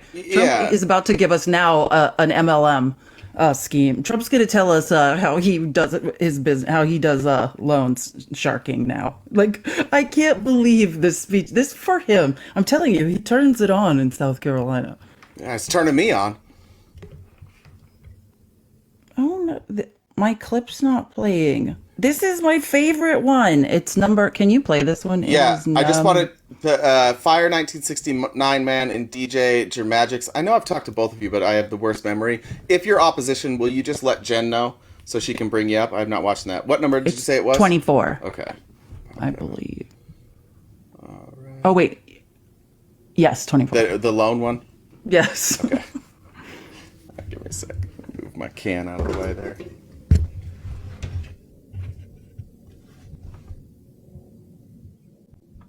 Why is this not playing? They want to give us I don't know why. All right, go for it. I don't know what's wrong with my phone. 60 billion. Oh, sorry. I didn't mean to do that. 60 billion with a B. They want to give them 60 billion more. Boo! And I said, wait a minute. Do it this way. Loan them the money. Brandon. If they can make it, they pay us back. If they can't make it, they don't have to pay us back. Loan them the money. Put it as a form of a loan. Why should you just hand it over to them? Do it as a form of a loan. I do that with athletes. They can't quite, like a professional golfer who I think is very good. They don't have any money, but they have a lot of talent. He's a loan shark. Here's the deal. I did it with a number of people. Here's the deal. What I want to do. Professional golfer. I play golf. I play very nice. Did you see the picture of me? The horrible picture with the stomach out to here? Just rambling. So what I do is I'm putting up today a picture of me actually. That's your stomach, Donald. No, I don't. If you're upset about your stomach sticking out further, that's on you. Okay? Don't blame people taking the picture for your stomach. Okay? Their job is not to make you look pretty. But Donald Trump is describing his loan shark business now or something is what we're listening. What I do is I'm putting up today a picture of me what I actually look like hitting a ball, smashing the frickin' ball. And you see I wouldn't say slim, but not bad. But the ball does go far. I would say it goes about 9 times further than Biden can hit it 9 times. Can we stop that? This is not a joke. That's the end of it. That's literally what it said. Every human being on Earth that has 2 arms and 2 legs, or let's say every adult human being that has functioning arms and legs, can hit the ball 100 yards. So 9 times further is 900 yards, which is impossible. The longest drive of all time, including roll, is something like 450 yards or something like that. Donald Trump hits the ball. He's not lying. He does hit it a long ways, especially for a guy his age. But what a dumb thing to say. And I want to tell you what Donald Trump's talking about right now.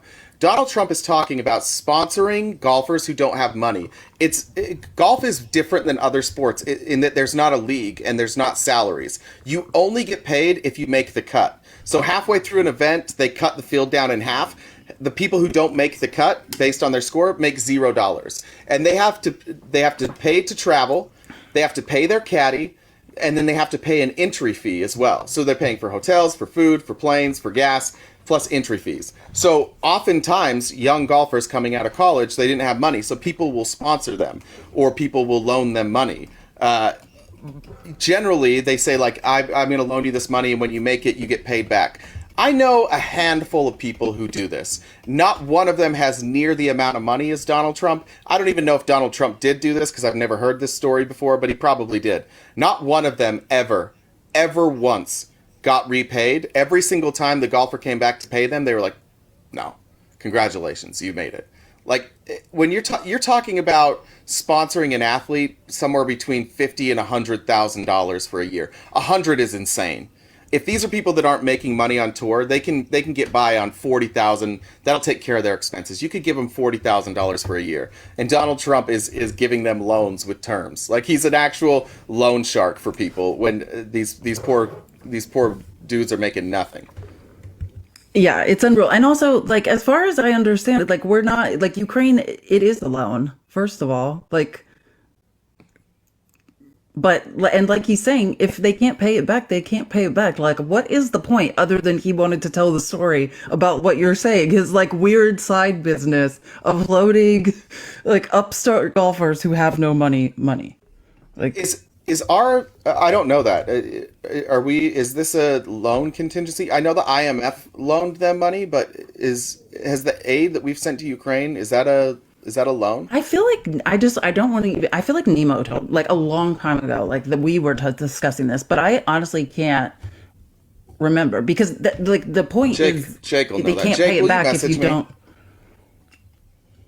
If you don't have the money, but like the point is just Trump wanted to tell us about being a loan shark to young golfers who have nothing. So while the American public is paying his bills. We'll find out if that's true or not. I have no idea. Yeah. I mean, listen, Trump says a lot of crazy things. Like, I don't think that's a bad idea. I don't have a problem with that. Like, if we're not doing that, I actually kind of agree with Trump there. I think that's a good idea. I thought that's my point. I thought we were. Like, I thought that we were loaning them money. Like, for some reason, I'm under that impression. But, like, so I agree also. If we're not, then that's fine. But if you're, like, what does that have to do with anything? Because according to Trump, and what Putin is telling Trump and what Trump's directing MAGA Mike to do, right, is to block the aid, right? So then it's very also contradictory to then be standing up there and be like, well, we can give it to him if it's a loan. Do you see what I'm like? It doesn't, it's like, what are you talking about? Like, yeah, I don't know. I hopefully find out. I hate by the way, there's 5 people in the guest box right now, and 3 of them have my profile picture on. Me as their profile picture. I don't love that. Let me see what Jen's saying real quick. I think, well, she said, you think it's fried eggs? Well, Is that what you're saying? Fire 1969 man, I think we asked. She says his page doesn't give off op vibes, so I'm supposed to give you a short leash. Hello? Still loading on mine. It looks like it's still loading on mine. Yeah, me They're too. supposed to pay it back, is Kimba saying that. Does anybody have a source on that? I'm pretty sure, I really am under that. Like, I feel strongly about it, that's what the deal was. Fireman won't load. Sorry, Fireman. I don't know what's up with that. I see you there. All right. I didn't get any confirmation on that. No, Anyways. we'll look into it a little bit. We'll figure it out another time. It's less important. I'm just pointing out, like, it's a very big departure from what he's ordering the House GOP to do, which is you can't bring that bill to the floor. That's a very different thing to say, right? Like, oh, like, as long as it's a loan, that's cool, versus don't let that bill come to the floor, bag of like where Putin says we can't give Ukraine a dime. Those are 2 very different things. Very different. Perfect. A lot of people are saying it's true. Well, actually, we got Fireman back. A lot of people are saying that it's been reported on multiple sites that it is a loan. So we'll find out tomorrow. We'll have a definitive answer. Fire, how you doing? 1969, man. Welcome. How you doing, sir? Good. How are you? Doing all right. Can you hear me now? Loud and clear. Okay. My question is this. Donald Trump is not a threat, and he's all these different things. Why are we talking about him? Why aren't we talking about our current president? What do you mean?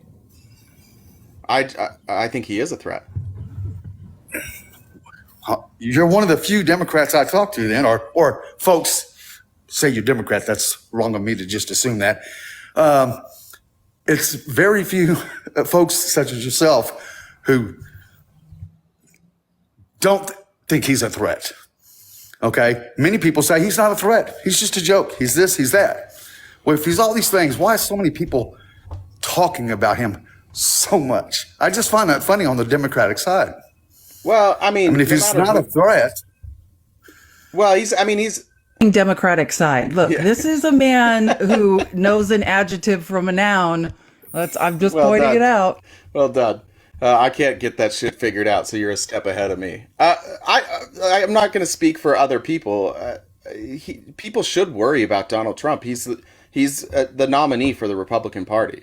There's two major parties that have a chance to win the election, and he's one of them. I can't speak for them. They should be worried about Donald Trump. He's a unabashed fascist running on I want to be a fascist. I think all Americans should be concerned about that.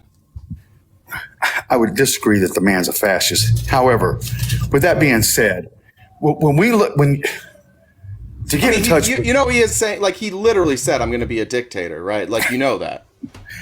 I actually watched the whole thing, and he meant it in a sarcastic way. And that's no, he didn't. No, he didn't. Yes, he meant he did. that he was going to. No, he said he was going to be a dictator for one day so that he could unilaterally close the border and open up drilling. And he knows that Congress will stand in his way there. So that's what he's saying. Correct. Correct. But he was he was meaning it in a sarcastic way. And that's what I'm saying. What do you mean? What's sarcastic about it? Okay. Because he is constantly bashed and berated about being a fascist.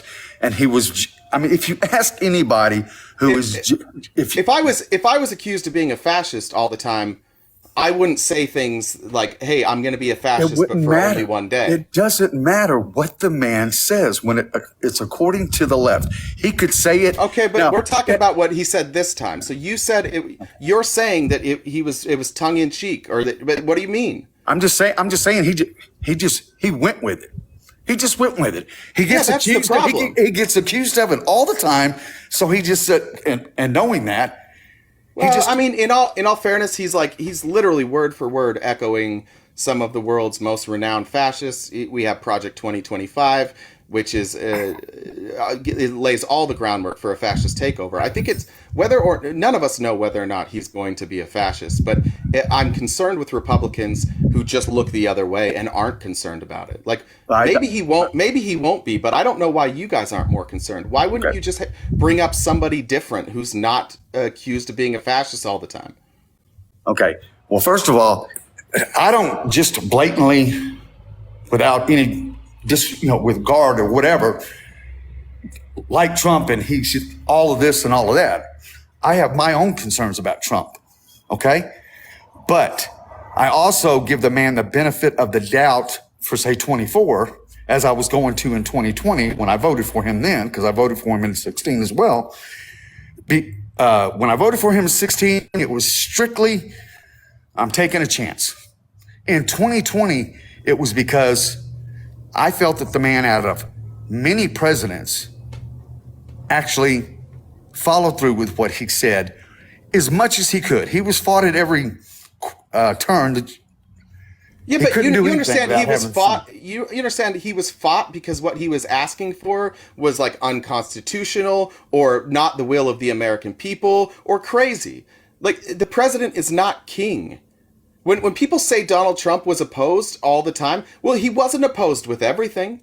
When he wanted to do things that made sense, he got support. Like, it's such a bizarre criticism. The reason Donald Trump is attacked so much is because he does so many crazy fucking things. That's why. Like, I don't know why you guys can't see that. Like, Donald Trump every single day says something insane. Every day. Agreed.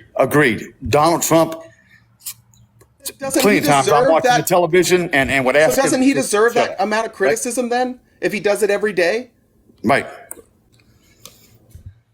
No, you're right. He says a lot of stuff that just drives me nuts.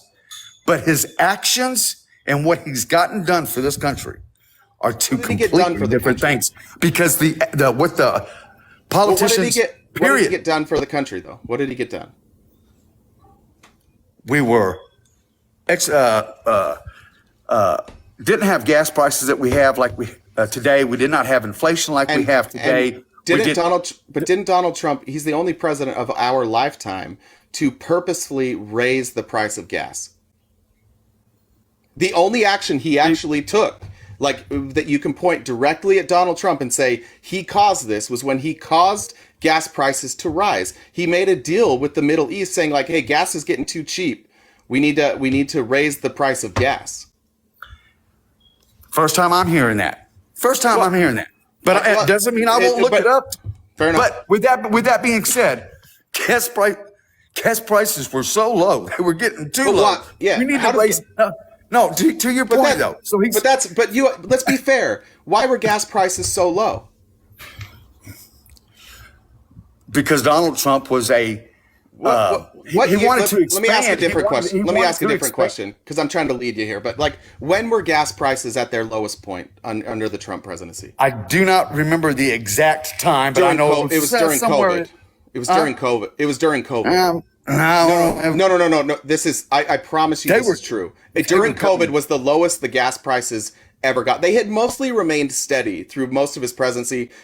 From where he took over from Obama to where he was, they mostly remained steady. I think there was a slight decrease, and you can point to him being more friendly to oil companies drilling more, but mostly what you can point to is the gas companies are going to charge you the most they possibly can for gas.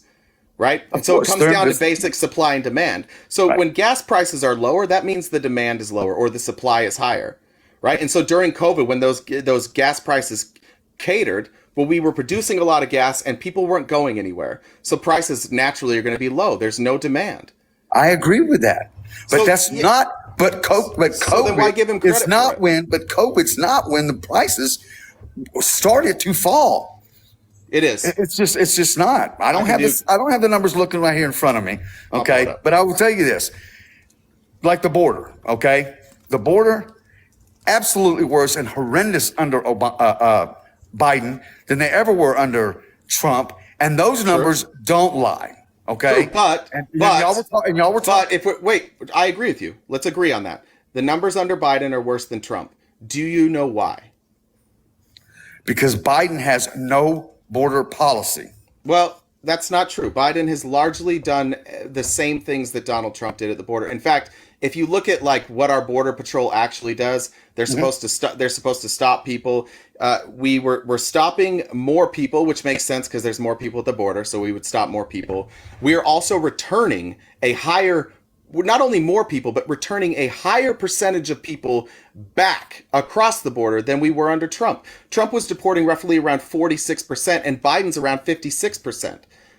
So if we want to blame Biden, this is the thing. If we want to blame Biden for what's happening at the border, for how many people are at the border, we've got to figure out a way to link that to him. We have to figure out a way to say, like, Joe Biden did this, and this is what caused the record number of people at the border. Because if you're talking about just percentages, like who does a better job, Joe Biden's doing a better job. But if you're talking about total, well, but by percentage, he is. Total numbers, you're right. There's way more now than there were under Trump. But why are these people at the border? Why are they here? Because they know that as soon as they step foot down here across the border, they're here. Well, but then you've got to see the problem with that is you have to the problem with that is Joe Biden's deporting more of them as a percentage. So their chances were better under Trump. The numbers when you look at the official website for the Border Patrol, okay, go in there and you look at it. I do it all the time. Good. Then you know that. Then let's, since you've looked at it, when did the border crisis start? When you look at the Border Patrol website. Yeah, right? You look at the data. Website, there's a year starts. There's a year when it just skyrockets. What's the first year that it skyrocketed? I have to pull it up, man. Okay, the answer is 2019. It went up 500%. It did. You can look this up, but it went up 500% from 2018 to 2019. What happened What happened in 2019 that may have caused people from, let's say, Venezuela to show up at our border? Y'all literally want to blame COVID when it benefits you. I'm not talking about COVID. Everything under 2019 was We're not pre-COVID. blaming COVID. We're blaming a coup that your Lord and Savior Orange Jesus did in Venezuela. Ma'am, please don't do that. Please don't disrespect me. I don't think of him like that. Okay? I'm trying to have a conversation with you. Seriously. Well, then let's have the conversation. Hey, the man. Wait, but hold on. You just said we're blaming this. You're now running from the data that But here it is again. No, We're talking about Trump. Let's talk about the numbers. Let's talk about the numbers. Biden's incompetency. Because I know. Listen, we'll get there. We can get there. But you brought up the border. I didn't. This was your discussion. So if we're going to talk about the border, basically has dementia. Hold on, my friend. Hold on, my friend. In that office. Hey. No, it always gets switched around. No. This is not your time to narrativize and change the subject. You brought up the border, and now we're going to talk about the border. So the border exploded in 2019. It went up 500%. Most of those people were coming from Venezuela and Cuba, which we still see today. Why do you think so many people showed up at our southern border from Venezuela during the Trump presidency? I don't have a clue. You tell me. Okay, so our oil companies had an interest in drilling in Venezuela. Venezuela's oil, that's their number one export. It makes up like 90% of their economy. And it's nationalized, so the country owns it. In America, we wanted to privatize it, and we wanted a certain leader installed in Venezuela so that we can send our oil companies down there, privatize the gas, and make money off of it. Well, we didn't get what we want. So now this is an accusation that you can't prove, so I want to be clear on this. Like, you can't necessarily directly tie this back to Donald Trump. This is my belief. But there was a coup that was staged that included former American military members, and they tried to overthrow the government in Venezuela, and they were caught and they were jailed. And then immediately after that, Donald Trump said to Venezuela, "We're not buying your oil anymore." And 50% of the oil that Venezuela sells is to America, and it's cheap. So immediately we have lost a massive producer of oil that gives us cheaper oil, and because it's 90% of their economy, suddenly there were people all over Venezuela who didn't have jobs, who didn't have food, who didn't have housing, and they had no prospects. We took away almost half of their economy overnight because Donald Trump was mad that they didn't do what he wanted them to do, which was do the bidding of the oil companies. Okay, if you say so, man. I mean, at this point, it's what you say. I'm telling you this: the almost 10 million illegal immigrants under Biden, and that is when you go look at their official website. That's their number. That's not mine. Okay, I agree as with you. compared to what came under Trump or any other president before Trump, as compared to Biden. Sure, I agree with you. I'm just saying that you're not taking this far enough. You're not taking your assessment of what's happening far enough. You never even thought to ask the question, why are there so many people at the border? You don't know the answer to that question. So if you don't know why they're there, I understand that people want to come to America for the opportunity that we have here. Okay, if there's opportunities, none of these people showed up until we destabilized their country. Why didn't they come here before that? So. Because we have, for all intents and purposes, we do have a damn border, okay? I know, but why weren't they here before we destabilized and you are going their to have to country? go through the process and so forth and so on. But why didn't they show up before? Why didn't they show up? Because, look, the economy was great in 2018, 17, 16, 15, 14, 13, 12. The economy's been great for over a decade now. And so why did they only show up? Why did they only show up after we Because now you can walk in more or less and not have to worry about it. No, because this was 2019. Man, you can shake your head at me all you want to. I live here. This started in 2019, my friend. Border state. You're not the only person that lives in a border state. You're talking to two people. Man, you who ought to be also able live to in one. see it. You ought to be able to see it. Listen, See what? I am very well researched on the border issue. That's what we're trying to talk to you about. Like, we're interested in why did these people come here? I used to live myself personally in South America, and you could throw a dart at any country in that state, and the CIA has intervened in there in some way. When we are busy destabilizing economies, right? That coupled with mass migration due to rising seas and climate crisis, we have a new world order. You're right. We have a humanitarian crisis at the southern border. We agree with you. And then we started researching data to figure out what's the best course of action to fix it. But it starts with realizing, how are we contributing to destabilizing these economies that are causing this overwhelming influx of immigrants? I do not disagree with you at all that we have our hands in too much garbage around the world. And that's every president. And I'm sure Donald Trump had his hand in things too. Okay. My point though is that we're talking about specifically this one though. Like, I agree with you, but you have to, the thing that I think you are dodging right now is that the greatest number of people at our southern border are from Venezuela. And they are here because of the greatest percentage. Like, if you take everybody at the southern border, the highest percentage of them, like, I'm not saying it's a majority of the people there, but the highest percentage is from Venezuela. I can't remember what the number is, but it's the highest percentage. And then I think Cuba was number 2. But the point, and I would ask your folks listening to please go to the Border Patrol official website and look up. That's the one thing I will say about the federal government. Hold on, let me just finish that thought. They have so much money, they break it down. Let me finish that thought for a second, and then you can go. All I'm trying to tell you is that, like, you're making this a Trump versus Biden thing, and you can't tell me why it's Biden's fault or Trump's. And I can point to you that the destabilization in Venezuela 100% happened under Donald Trump, and we saw the immediate reaction of Venezuelans. That's why the number jumped 500% from 2018 to 2019 after being stable for the previous 14 years. It was virtually stable through Obama, through Trump. It was almost exactly the same. And then we saw a 500% increase after the thing happened in Venezuela. Then during COVID, with Title 42, we shut down the border.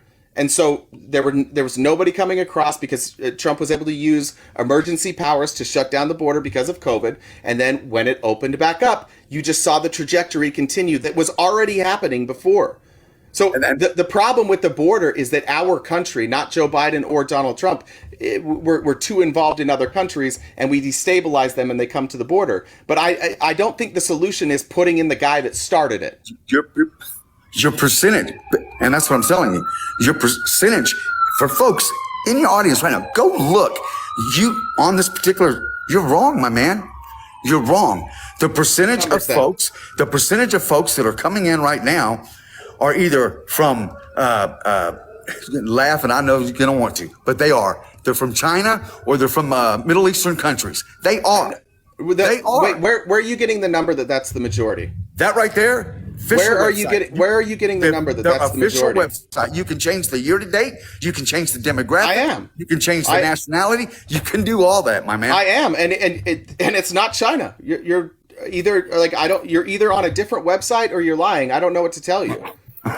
Well, I don't do this for a living, so I don't have a computer all fancy set up in front of me where I can jump off my iPad and go look for you and all that kind of good stuff real quick. But I'm here to tell you, I have looked at these numbers until I'm blue in the face. I don't think you have. I think you're lying about that. You just said you don't do it for a living, and you just told me, like, oh, I don't know the numbers because I don't do it for a living. And then your next sentence is, I know everything about the numbers. Like, pick a side. Do you know the numbers or not? I said I've looked at a lot of this. You said I know these numbers. I've looked at them until I'm blue in the face. But 2 seconds before that, you're like, I don't know the numbers. The question I asked you was like, why are you saying that the majority of the people are from China? It's not true. If we look at, if I look, so this is, that's 2022. Let me see if we got the 2023 numbers.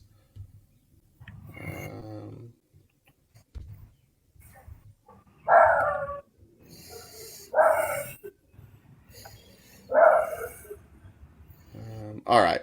Encounters with that's 2021. Jeez. I'm not seeing anything that says China, that it's mostly like a majority China. Okay. I'm sitting here. I'm going.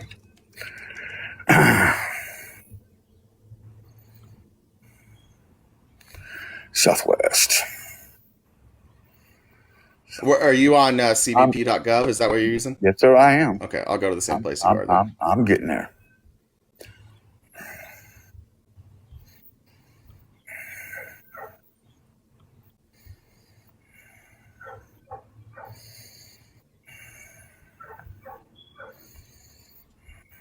That dog has a lot to say. Right here. So let's physical year. We'll do all of them. Let's go to demographic citizenship. Go to Venezuela. Let's see what Venezuela says. What are you looking at? Are you looking at December or January? Let's see. I'm actually pulling up right now. Apply. The number 4. Pull it up here. Oh, come on.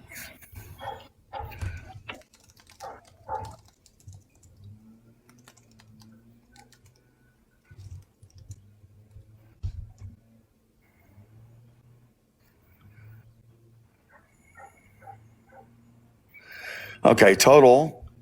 Let's see, for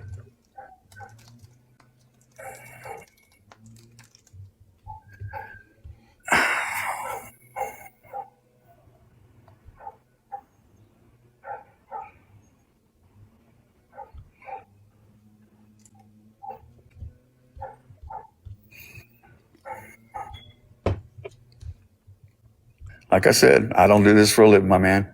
I'm looking It's it up. fine. No, it sometimes it takes a while to find the data. That's fine. Well, I'm on here.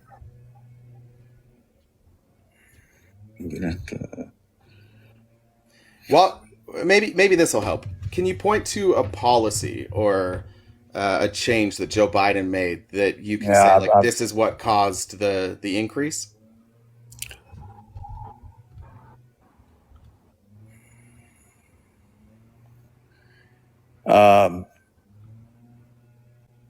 No, not while I'm doing this. Okay. I'm focusing on this. Do you think that you should be able to answer that question before you decide whether Joe Biden or Donald Trump is best to lead on this issue? Not particularly, because it doesn't matter what I say or anybody says to you. No, I'm asking you, for you personally. Don't you think you should know where people are coming from and why before you decide is Joe Biden or Donald Trump better? 10 million people in the last 3.5 years. I know. I'm asking, but Let's like say it's been. it's like saying that it's like saying that September 11th it was the fault of the president, right? If you're going to say that that's the fault of George Bush, you've got to be able to tell me why had George Bush not been the president, had it been either Al Gore or John Kerry, I can't remember which year was he which, like that wouldn't have happened, right? If we're looking at something that only that happened. Is happening under Joe Biden. And from my perspective, I'm looking and I'm like, okay, this is happening under Joe Biden. What policies did he change? Do any of these mean that more people will come? I don't see any. Then I look back at the Donald Trump presidency and I see before the border was shut down, we had massive increases. In fact, he campaigned on it in 2018. Don't you remember Donald Trump talking about the migrant caravans? Remember him talking about that while he was president? So these things all happened under Donald Trump too. So the only thing I'm saying is I'm not saying you're wrong that Donald Trump is the better person to handle this. I disagree with you, but don't you think you should be able to tell me like what happened before you decide who's better?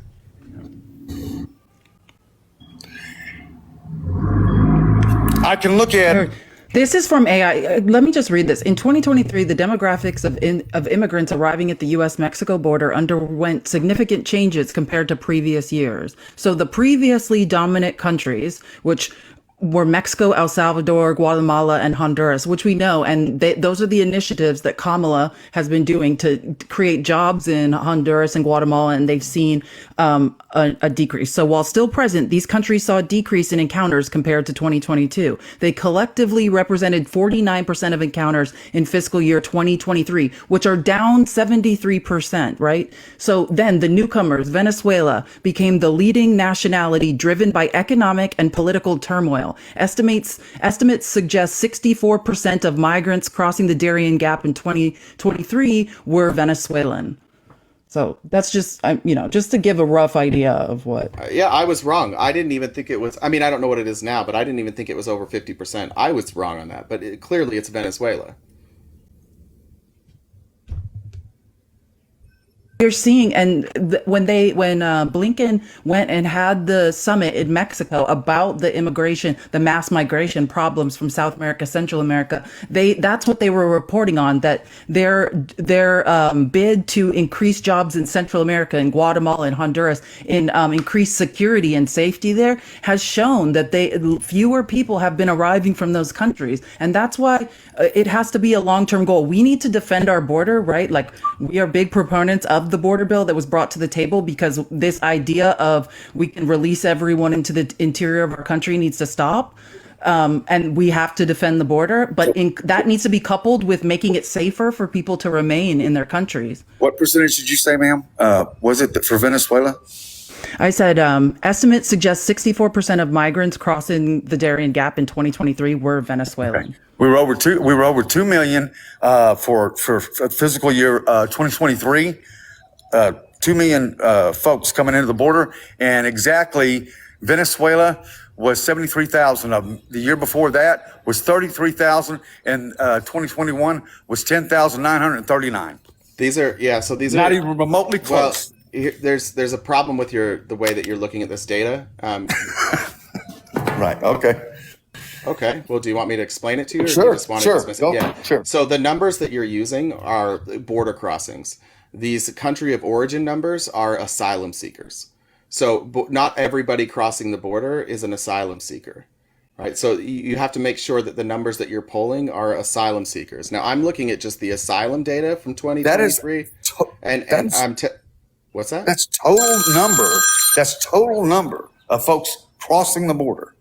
Yes, and when we're yeah, exactly. But when you're looking at these country of origin numbers that we're talking about right now, the country of origin numbers are based on asylum seekers. That's where they're getting these numbers. That's how they have exact numbers. Now, that was an estimate she gave, but I'm looking at the exact numbers, and we can look at what an estimate. That's the exact number for the. So I'm looking at the asylum decision rates by nationality, meaning that these are the people who came. Oh, I don't know what happened. These are the people that came to the border, and then their asylum decision.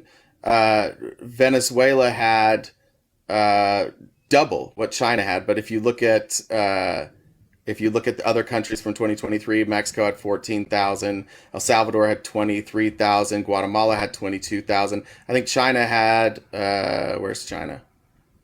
China had 4,000. Like it's just, again, I'm not trying to say that like Joe Biden is this amazing border president. Clearly, like, this happened on his watch and it's a nightmare. So he clearly deserves some criticism for it, but you can't, it's just hard for me to take somebody seriously who's criticizing Joe Biden when they want to go back to Donald Trump. And Joe Biden's numbers are better than Trump's. He deports more people. He tries to pass bills. Like, if you want to make an argument for a different program or a different president, give me somebody with a different plan. This doesn't work. Fleece, you're muted.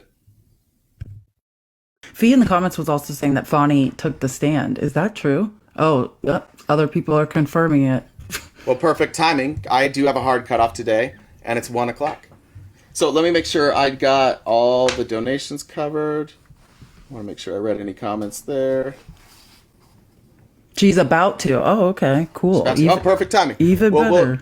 We'll shut it down. I can't stay live because I got to go pick up my daughter.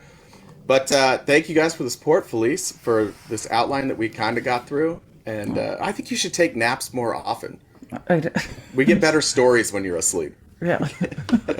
Good point. Thanks, everybody. Guys. We'll see you tomorrow.